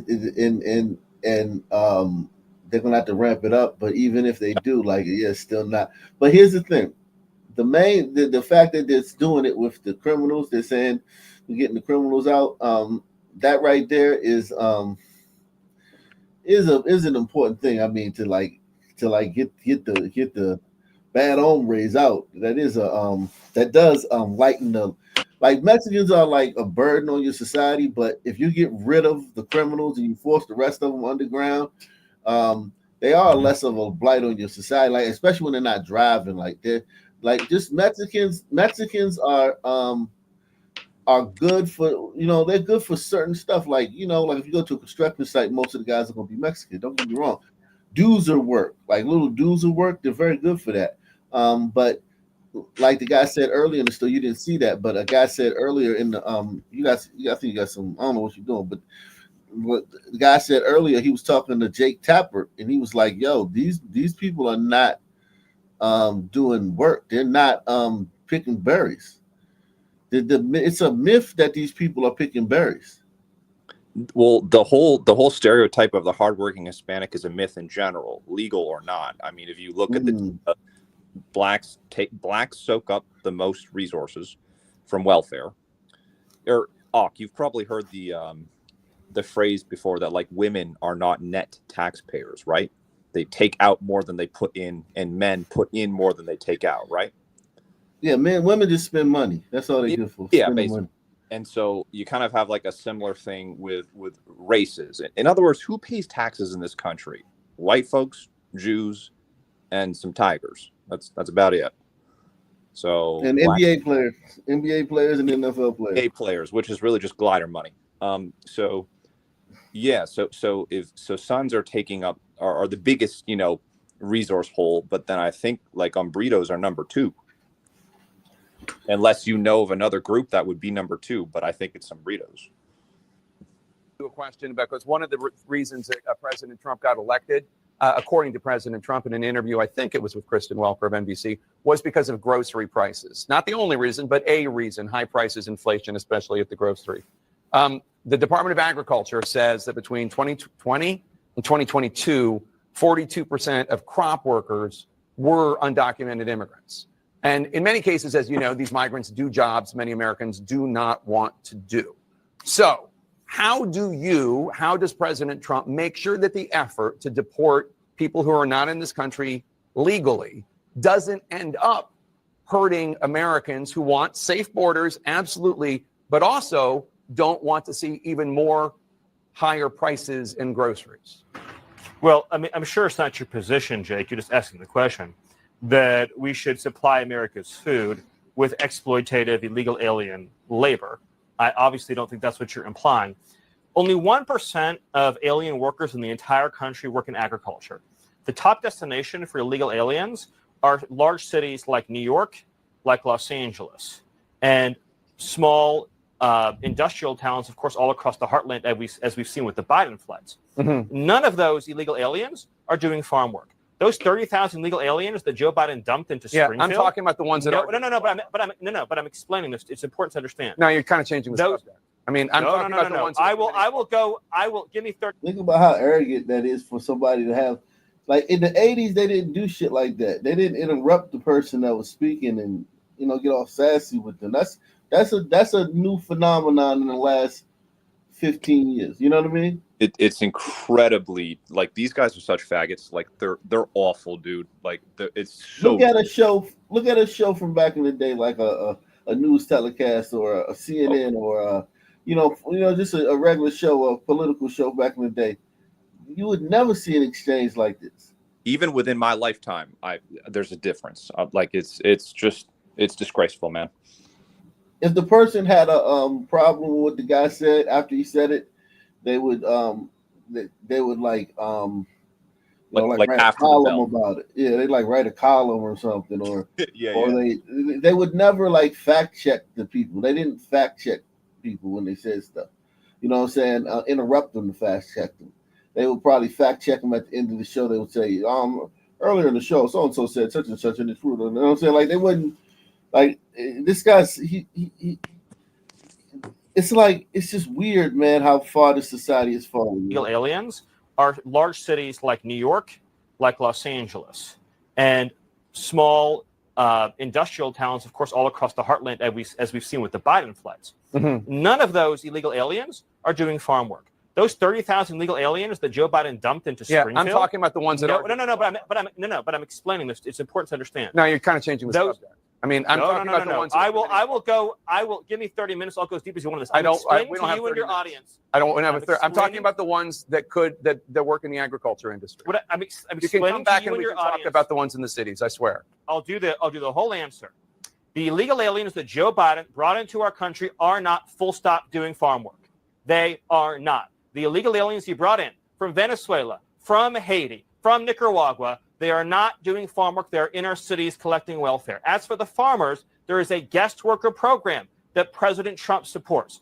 Over time as well, we will transition into automation, so we'll never have to have this conversation ever again. But there's no universe in which this nation is going to allow the previous president to flood our nation with millions and millions of illegal aliens who just get to stay here. And we are especially not going to allow a subset of those illegal aliens to rape and murder our citizens. So we are going to unapologetically enforce our immigration laws. And as I'm sure you will celebrate, we are going to unleash the power and might of the U.S. government to eradicate the presence of transnational threats on our soil. So they're not doing farm work. That's crazy. I didn't know that.